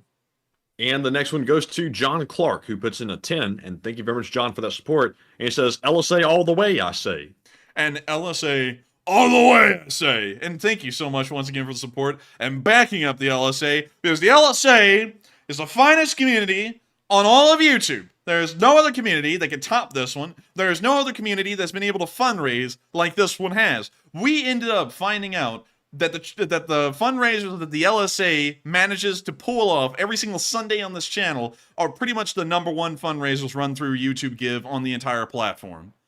From this channel, from y'all, that is amazing to think about. And that's why the LSA is the greatest community, because they continue to constantly support those fundraisers and help them to keep running and help them to keep on supporting folks in Ukraine through the nonprofits that are over there. Of course, Aris is, real quick, to make a quick plug, Aris is Doctors Without Borders, and Doctors Without Borders performs surgeries and, of course, medical operations around the entire world, but they've been in Ukraine since day one.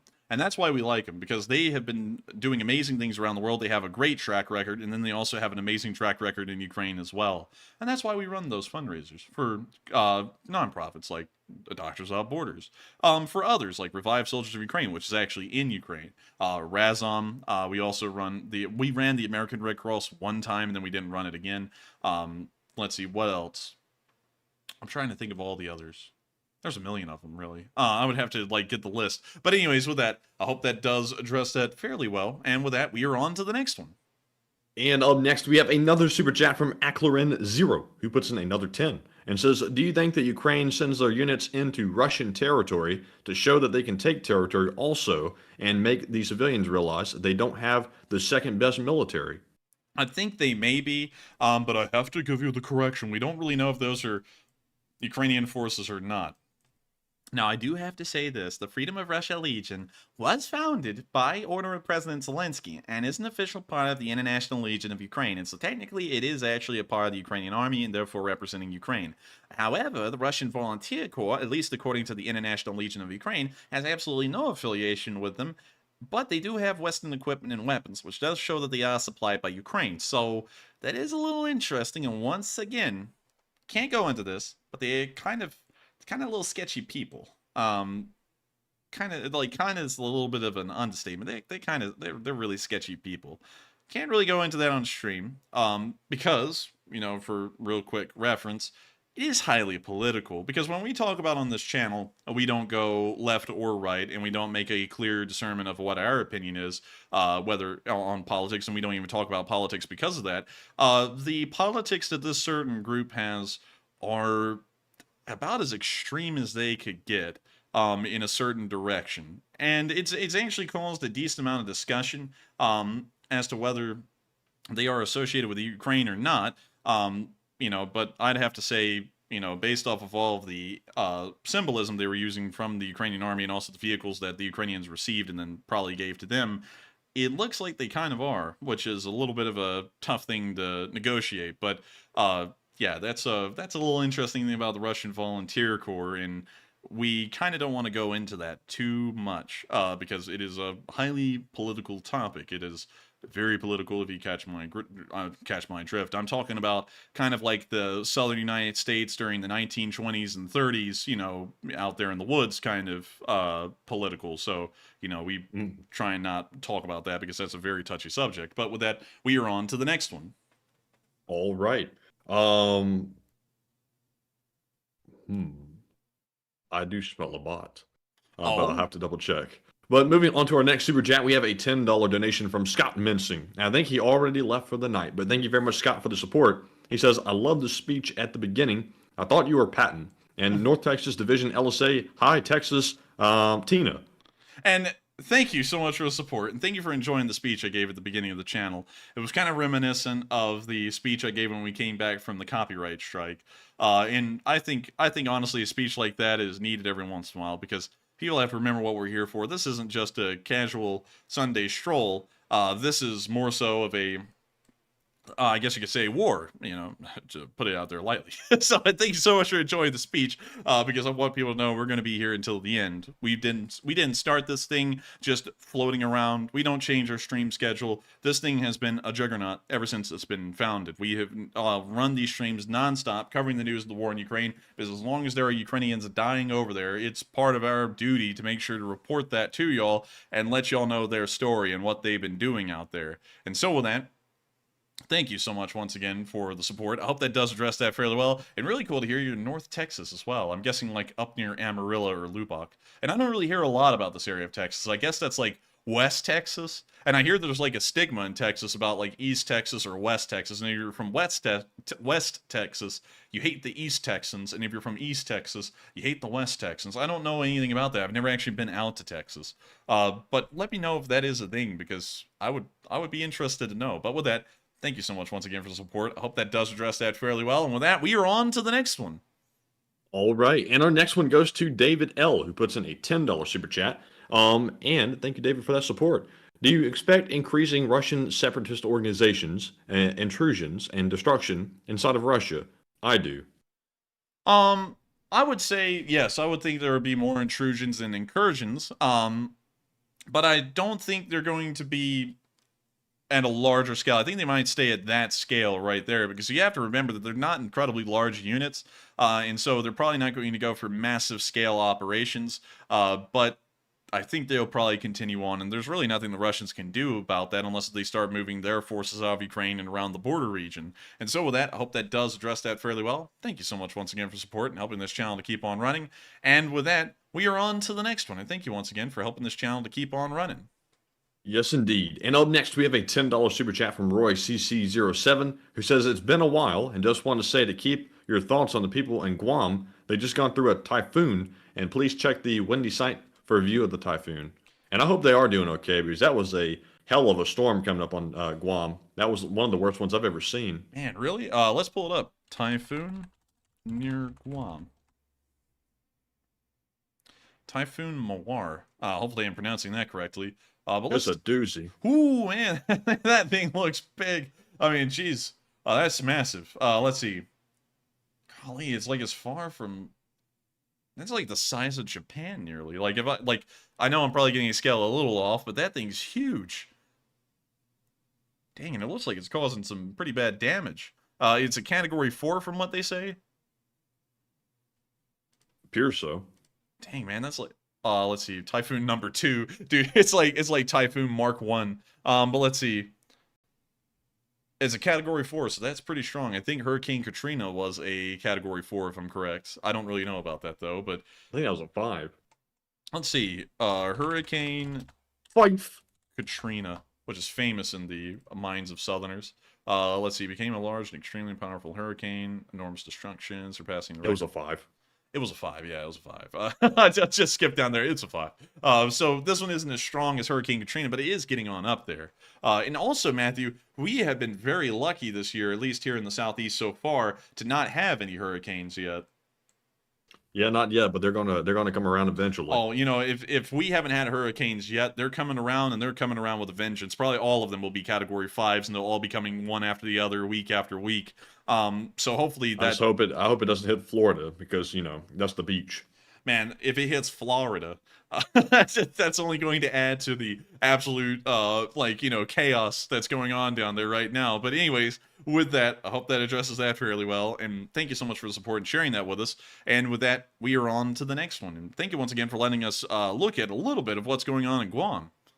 Yes, indeed. And up next, we have a $7 super chat from Russ Rizzo, who says the other night, it's Rodney. Oh, the other night I had dinner in a Chinese restaurant. Oh, I'll tell you, I opened my fortune cookie. In it was the guy's check next to me. Oh, I get no respect. Oh, man, I'm telling you. I get no respect. Oh, man, I'm telling you, no respect. I went and got a checkbook the other day. Well, I'm sorry, I got a fortune cookie the other day. I'm already screwing up my joke. Oh, man, I'm telling you, I get no respect. They're heckling me out there. I know they are. Oh, man, I'm telling you. It's bad, real bad. But anyways, I got a fortune cookie the other day. I'm telling you. The world doesn't give me no respect. I'm telling you. It's tough. It's tough. I opened it up, and it was the check of the guy next to me. Oh, man, I'm telling you, I get no respect. And my wife was sitting over at his table. Oh, man, I'm telling you, it's rough, real rough. Oh, man. But still, thank you for the support. I hope you enjoyed the Rodney fairly well. And, Rodney's loved and hated, Matthew. People love and hate Rodney. A lot of people love Rodney. A lot of people hate Rodney. Rodney's a divisive character. I think Rodney's actually the most divisive character we've ever had on stream. Oh, I'm telling you. Oh, man, I'm telling you. I get no respect. I get reincarnated into the Enforcer, and what do people do? Oh, man, they tell me to die. Oh, man, I'm telling you, it's terrible. Terrible, real bad, I'll tell you. Oh, man, not even when you're reincarnated, you get any respect. Oh, man, I'm telling you. But anyways, with that, we're on to the next one. And thank you once again for support and helping this channel to keep on running. And also, Marcia Tucker, I know my voices are terrible. Don't tell me. Don't remind me. But up next, we have a $5 super chat from CK Bold, who says, live chat question, please. And of course, CK Bold, we will grab that live chat question. And thank you very much for that support. And it goes to M. Savina, who says, how much faster is the F-16 versus the MiG-29? The F-16 is, I believe, slower than the MiG-29. MiG-29 top speed. So the MiG-29 can actually go Mach 2.25. The F-16 can only go about Mach 2.07. So the MiG-29 is technically faster, but you do have to remember, these aircraft very rarely reach their top speeds. In fact, it's very strenuous for these aircraft to reach these top speeds, these incredibly high ones. And you also never really see these practically being used. It's very rarely seen nowadays, at least in the modern world, where these aircraft speed really matters. What more so matters now is their maneuverability. And while, there's a level that the maneuverability is only useful at, once you get into super maneuverability, it once again becomes really useless to have that much maneuverability, but it does matter to have a fairly maneuverable aircraft, because modern aircraft usually don't engage each other over the speed of sound. Usually they are below the speed of sound when they engage each other, and they also are at an incredibly far distance. So I would say that while speed is important, it's not really the defining factor of what is better. And of course, the Gulf War, where F-16s and MiG-29s went face-to-face, really show how much it didn't matter, because the F-16s and the F-15s ended up curb stomping the entire Iraqi Air Force, which was fairly well trained and had been war experienced for a long time from the Iran-Iraq War. And so with that, although they were grounded for most of that war, I do have to say that. And so with that, I hope that does address that fairly well, and I thank you so much once again for the support and helping this channel to keep on running. And with that, we are on to the next one. All right, and up next we have a $5 super chat from White Lightning 777, who says, should Russian partisans attempt to steal some of Russia's nukes if they get the chance? No. I'd say no, because while I think it's a great idea to denuclearize the Russians, I think it's a very scary idea for those nuclear weapons to fall into the hands of partisans, because what if those partisans start aiming those against Ukraine for some reason, or the Western world? You know, it's one thing to have them in the hands of Russians, which we don't like. It's one thing to have them in the hands of partisans, which could be unpredictable when given that level of destructive ability. So I would actually say it's probably a better thing if they don't get nuclear weapons, in my opinion. But that's just me. And so with that, I thank you so much for the support, and I hope that does answer that question fairly well. And with that, we are on to the next one. All right, and our next one goes to Frequency Harmonic, who puts in a 5 and says, New York Post, Business Insider, Forbes, and MSN reported in the last 48 hours that Ukraine is losing 10,000 drones per month to Russian EW, and your thoughts on impact if it's true. I believe we addressed that the other day, and I don't believe that 10,000 drones are being down per month. There aren't even that many drones in the air over the course of a month from what we would be able to understand. Otherwise, we would have an endless volume of drone videos that are coming out, and, you know, while we get a good amount of them, it's not enough to say there's 10,000 of them. On top of that, we also did a frontline density thing. Well, actually, we did a division equation a couple of nights ago, trying to figure out how to say that, and we found out that by that math, that means the Ukrainians are losing about 340 to 350 drones a day, and that would be one for about every single mile of the front lines every single day, and I just don't think that that is possible. So I would have to be honest, I don't really believe that number to even say whether that would have an effect on the Ukrainian armed forces or not. And so with that, I thank you so much once again for support and helping this channel to keep on running. And I hope that answers that fairly well. And with that, we are on to the next one. And thank you once again for the support. All right, and up next, we have a $5 super chat from Dark Warrior 137, who says, this war shows how impractically war is fought. A city is nothing but rubble, but thousands fight and die over it. And what's the point? Propaganda aside. The point usually is to try and gain control of a strategic area or a strategic town. Usually, crossroads go through towns, like even Bakhmut is kind of close to some crossroads, although the most important ones are kind of out of the city itself.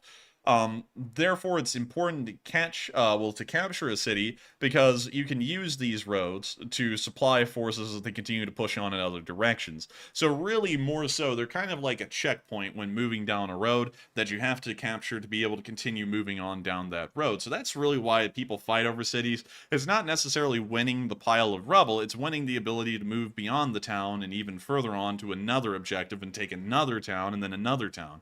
And so with that, I thank you so much once again for the support, and I hope that does address that question fairly well, at least from how I'm seeing it. And with that, we are on to the next one, and thank you once again. All right, and our next ones go to Dupper Bob and Montern. They each put in a $2 super chat. Dupper Bob said, Slava Ukraini, and Montern said, LSA. And thank you so much for both of y'all saying long live the LSA and Slava Ukraini. And to both of y'all, both Montern and Dupper Bob, I say Slava Ukraini and long live the Lee Spring Army. And so with that, we are on to the next one. And thank you to both of y'all once again for the support and helping this channel to keep on running. All right, and let me grab the bot real quick. There we go. He was a sneaky one, but he didn't last very long. Moving on to our live chat questions. Of course, we are going to go over the Morse code of the stream before we get to those questions. And the Morse code tonight was solved by Mark Hodges, C. Fay, JP's Gone Fishing, Cliff Simonson, Earl Bernew, and Paul Schultz. They said tonight's Morse code cipher, this stream will never stop. This stream will never cease. Long live LSA. That is the sound of money, and y'all did get that Morse code message correct. We are never stopping the stream, and of course that kind of just ties into the speech I had at the beginning of the stream, but we are never stopping the stream. This stream will never cease. the fire that burns in the entirety of the LSA in the hundreds of thousands of y'all that watch this stream and continue to be subscribers in this channel will keep this channel running all the way until the very end of this war. And of course, I have to take the moment to thank you all so much for once again watching this channel and being here with us tonight. There are 3,700 of y'all here, and I got to thank each and every one of y'all out of the 3,700 that are here tonight for being with us. To put that into to put that into context, at our peak viewership, which was 6,200, we were only 3,000 live viewers short, which is actually a pretty big number, but we were only 3,000 live viewers short of having enough live viewers that if we put them all onto a square, we could have our own Russian Victory Day parade by 2020 numbers. So just putting that into context there, how many of y'all there are, and I've got to thank y'all so much once again, every single one of y'all, for being here with us. And so with that, thank y'all for deciphering that Morse code message once again for the 455th night in a row. And of course, being with us as the Leaf Spring Army continues to march forward in this war. And so with that, we are on to the first live chat of the night. All right. And the first one goes to Cat Nico, who says, have you guys seen the videos on the revolt in Russia, full-on armed insurrection in a territory that was once Ukrainian? I have not seen that, unfortunately. So I can't really cover that. I actually have to declare ignorance on that right now because when I was making the news, I didn't see that, or at least video or picture evidence to support it. And so with that, I hope that does address that fairly well, and we are on to the next one. All right, and up next we have wait a minute, our stream is flatlined. Oh God! It's back. Oh God! Oh goodness! I was so scared. My life flashed before my eyes. And so with that, I hope that addresses that fairly well, and we are on to the next one. And the next one goes to Plexus Gaming, who says, do you think the RVC's incursion was for propaganda? I would say yes, most likely for propaganda reasons, both to the detriment of Russian propaganda and to the benefit of pro-Ukrainian and pro-Freedom of Russia Legion propaganda. And so with that, I hope that does address that fairly well. We are on to the next one. And the next one goes to Arfki, who says, do you think that Putler will get a chance to resign, or will he be given the window exit? I think he'll probably be given a chance to resign. Leaders like him usually are able to flee, even in most Russian history, except for the Tsars. They usually are able to flee or just kind of hang out in the shadows in Russia, just kind of live out their lives. So he'll probably be given the chance to leave. So with that, I hope that does... be a man. Confront the window. Jump out the window. Crush your kneecaps. Be a man. But with that, I hope we addressed that fairly well, and we are on to the next one. And the next one goes to Chaz Vegas, who says, are Swiss Army knives really Swiss? And thanks. I would say, yes, they are Swiss. From what I understand, the Swiss Army knife is a Swiss knife. The Swiss Army knife. I think it's Wenger that makes them, right? I think... Or no, Victorinox, that's it. What the hell's Wenger? What the hell is that? Pull it up. Let's see, how do you spell it? Wenger. Wenger knife. Nice. Look, it is. It's a Wenger knife. Let's see. In the canton of Jura. So yes, it is a Swiss knife because it's from one of the cantons. And the cantons are kind of, I guess you could say, the provinces of Switzerland, or more so the states of Switzerland. But instead of calling them states, they're called cantons. And also, by the way, y'all may be interested to know this. Switzerland actually has a federal government, but its official name is the Confederation of Switzerland, or the Helvetican Republic. They're actually a confederate government, which means that the cantons actually hold more power than the central government does, at least on paper, but nowadays they're more so, I guess you could say, federal, where the federal government of Switzerland kind of holds the same power as the cantons do. But with that, I hope that does address that fairly well. And with that, we are on to the next one. And the next one goes to Rebel, who says, when Ukraine's pilots are trained and able to use F-16s, presumably they still get them, what is a realistic timeline of Ukraine being able to have a definitive victory and start rebuilding? I would say that at the given moment, I would say at least a year or two is needed for them to have a definitive victory. And then after that, they'll start to probably rebuild immediately. In fact, they're in the process of rebuilding as the war goes on. So they are already in the process of rebuilding, but they'll probably begin that process in mass right as soon as the war ends, probably within a few months. And so with that, I hope that does address that fairly well. And with that, we are on to the next one. And our next one goes to Arnie YDT, who says, I wonder if Japan will give them any of their variants of jets. Maybe. I would say maybe. They do have their own version of the F-16. I believe it's called the F-2 jet. Yeah, the F-2 fighter. Here we go, the Mitsubishi F-2. It is a little bit larger than the F-16 in almost every way, just a little bit larger. And this is their version of the F-16. They could possibly send that, but I don't know how happy the Japanese would be about doing that. And so with that, I hope that does address that fairly well. And with that, we are on to the next one. Our next one goes to, let's see here, it goes to Karen Brown, who says, who do you each credit for your indefatigable and hopeful positive outlook on life? Did you just say indefatigable? You just like pronounced it out. Yes, I don't know how to say it. You don't know how to say indefatigable? No, and you're about to screw up, I can tell. Oh, I am. The third time is going to be the charm on that one. That's going to be messed up here in a minute. But I thank you so... wait a minute, can you reread that one again, actually? Oh, who do you each credit for your indefatigable hope and positive outlook on life? I would be honest, I'm kind of really the only one. My family is a very realistic family. Looks at things realistically. And honestly, behind the scenes, we do look at things realistically about the war, and we, talk about them and what's going on. But we always want to make sure to come on stream and have a positive outlook about this, because we always remember and we always think about those guys, like in the 231st, that are watching the show. And do you think those guys want to get off the front lines from being around death and destruction all day and listen to someone cry about their situation? I'm telling you, they don't. They want to hear someone laugh about the situation and make things seem a little bit better than they should be. And so it is actually... And also, if you can choose to be happy or sad, why would you choose to be sad when you could be happy? Yeah, Call me Tony Robbins, baby. And that's kind of our mindset, because behind the scenes, I'll be honest with y'all, sometimes we hear things where we're like, oh, man, that's sad, and we actually kind of get down about it, but we never reflect that on stream, because I think that's, think about it. And I'm trying to figure out about how to describe what I think about this. There are people over there who have their family die in their arms, and that's a reason to be sad. And I'm over here thousands of miles away in very good comfort, very luxurious comfort compared to what Ukrainians are living in right now, covering this war. So why in the world am I going to cry about this war and once again bring down their spirits of the people who are actually having to deal with this tough stuff, just so that way I can virtue signal? That doesn't really make a lot of sense to me. And sometimes I understand the sad tones. Like, for example, we got a lower, more, I guess you could say somber tone about Da Vinci's death when the Da Vinci video was being talked about. But I don't really get why people do that the whole time, because it is, after all, pretty tough as it is. Why make it tougher on people mentally? And so with that, I hope that does address that fairly well. And with that, we are on to the next one. And up next, we have a question from Aimless Savant, who says, is it really controversial that the Free Russian forces are getting Western supplies? They are technically a subsidiary group under the Ukrainian TDF.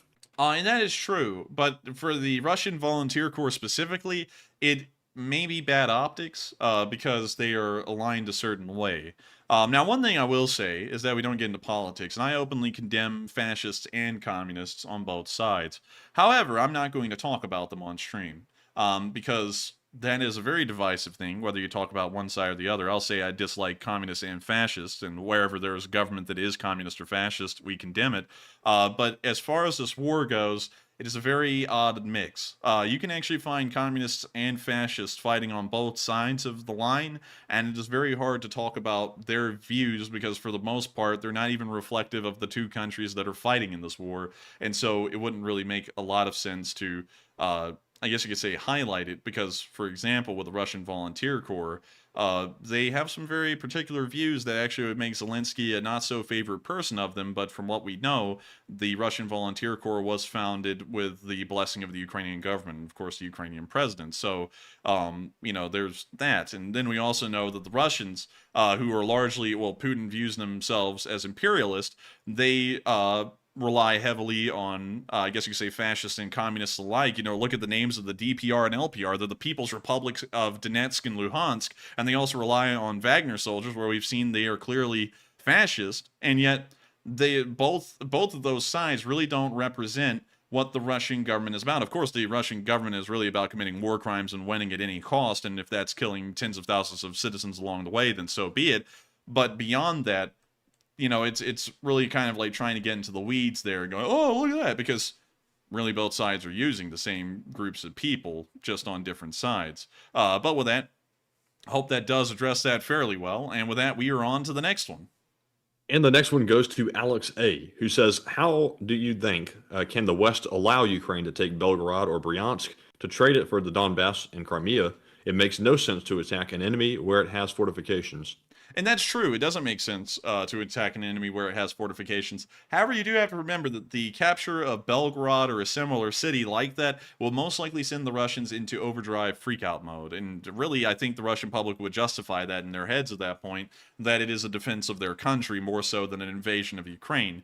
Because it would be going so badly for them at that point, there wouldn't really be any other way for them to look at it. So I think that the Ukrainians might want to be careful of that, because while it's not a bad idea whatsoever, and the Freedom of Russia Legion and the Russian Volunteer Corps proved it's possible to do something like that, at the same time, it could result in some very negative consequences for Ukraine, possibly even pushing the Russians over that red line that's never really existed over the war, and leading the Ukrainians to be nuked, because now the Russians can justify it as defense of their sovereignty.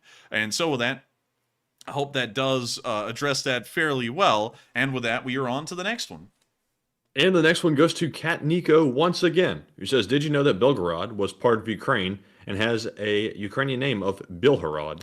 I did, actually. For a while, during the Russian Revolution, when the whites and reds were fighting each other, there was a whole bunch of interesting factions that popped up in between, and one of those was the Ukrainian separatists that were trying to finally form the nation of Ukraine after they had been subjugated from one country to the other for hundreds of years. And in the process of that, they actually controlled everything from, I believe it was around Ternopil. I think that's about as far as Ukrainian territory went at the time, because Lviv was actually Polish, and it was actually, I believe, called Lvov or something like that. And then they also controlled Belgorod as well, and I think they even controlled Rostov-on-Don and maybe Krasnodar. I'm not really sure about Krasnodar, but I do know that they had Belgorod and Rostov-on-Don under their control for a little bit before the Reds turned their direction on them and then attacked the Ukrainians. And then right after they got done taking over the Ukrainians and absorbing them back into absorbing them into the Soviet republics at the time, they then immediately focused their attention on Poland and started marching on into Poland. Poland actually stopped the Reds dead in their tracks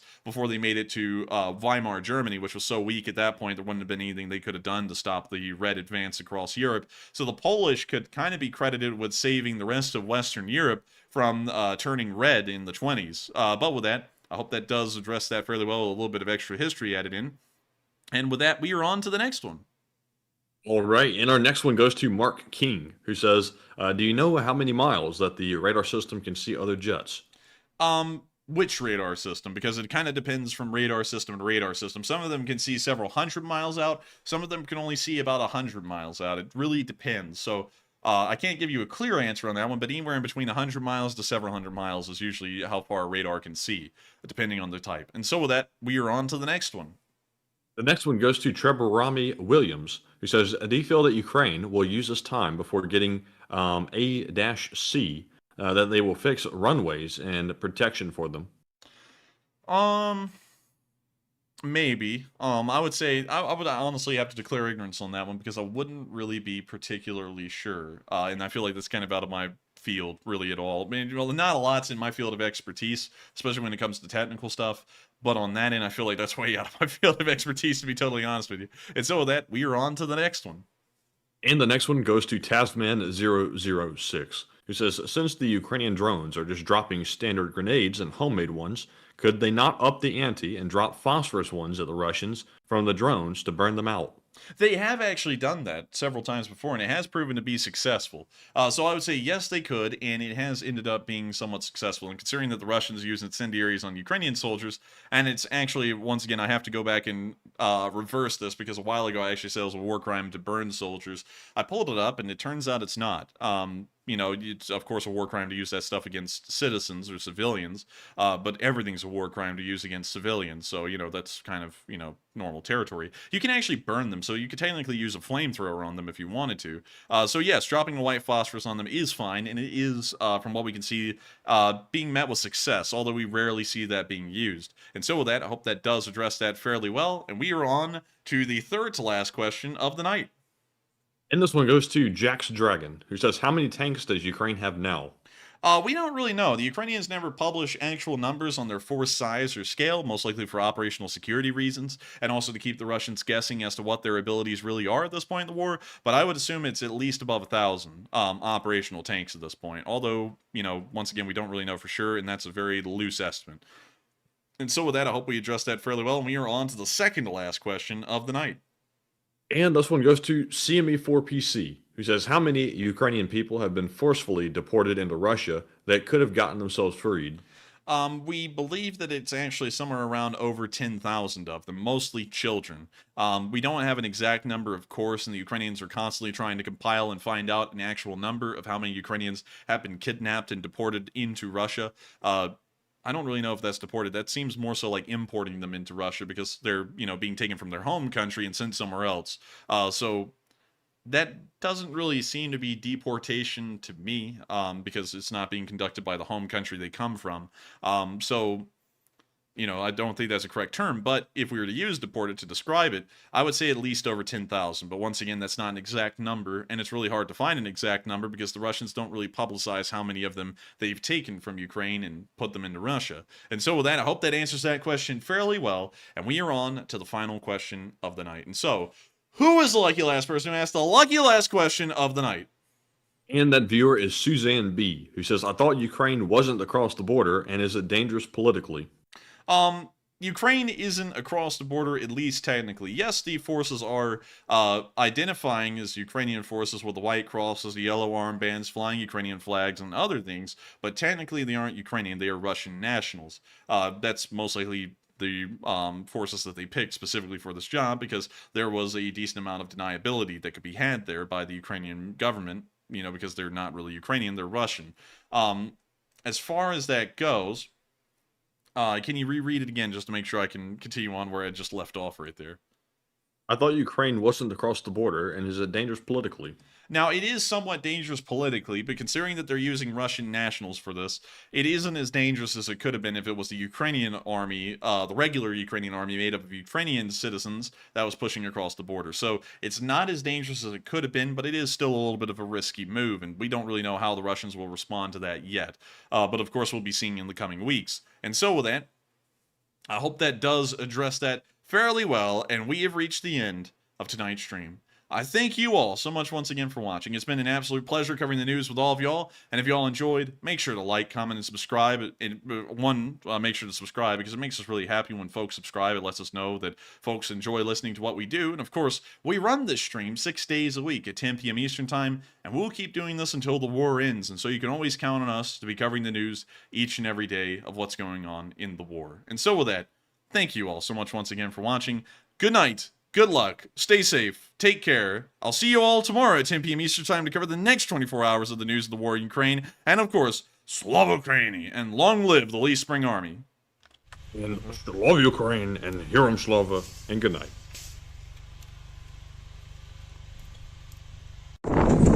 Yes. The Lee Spring Army sends its regards.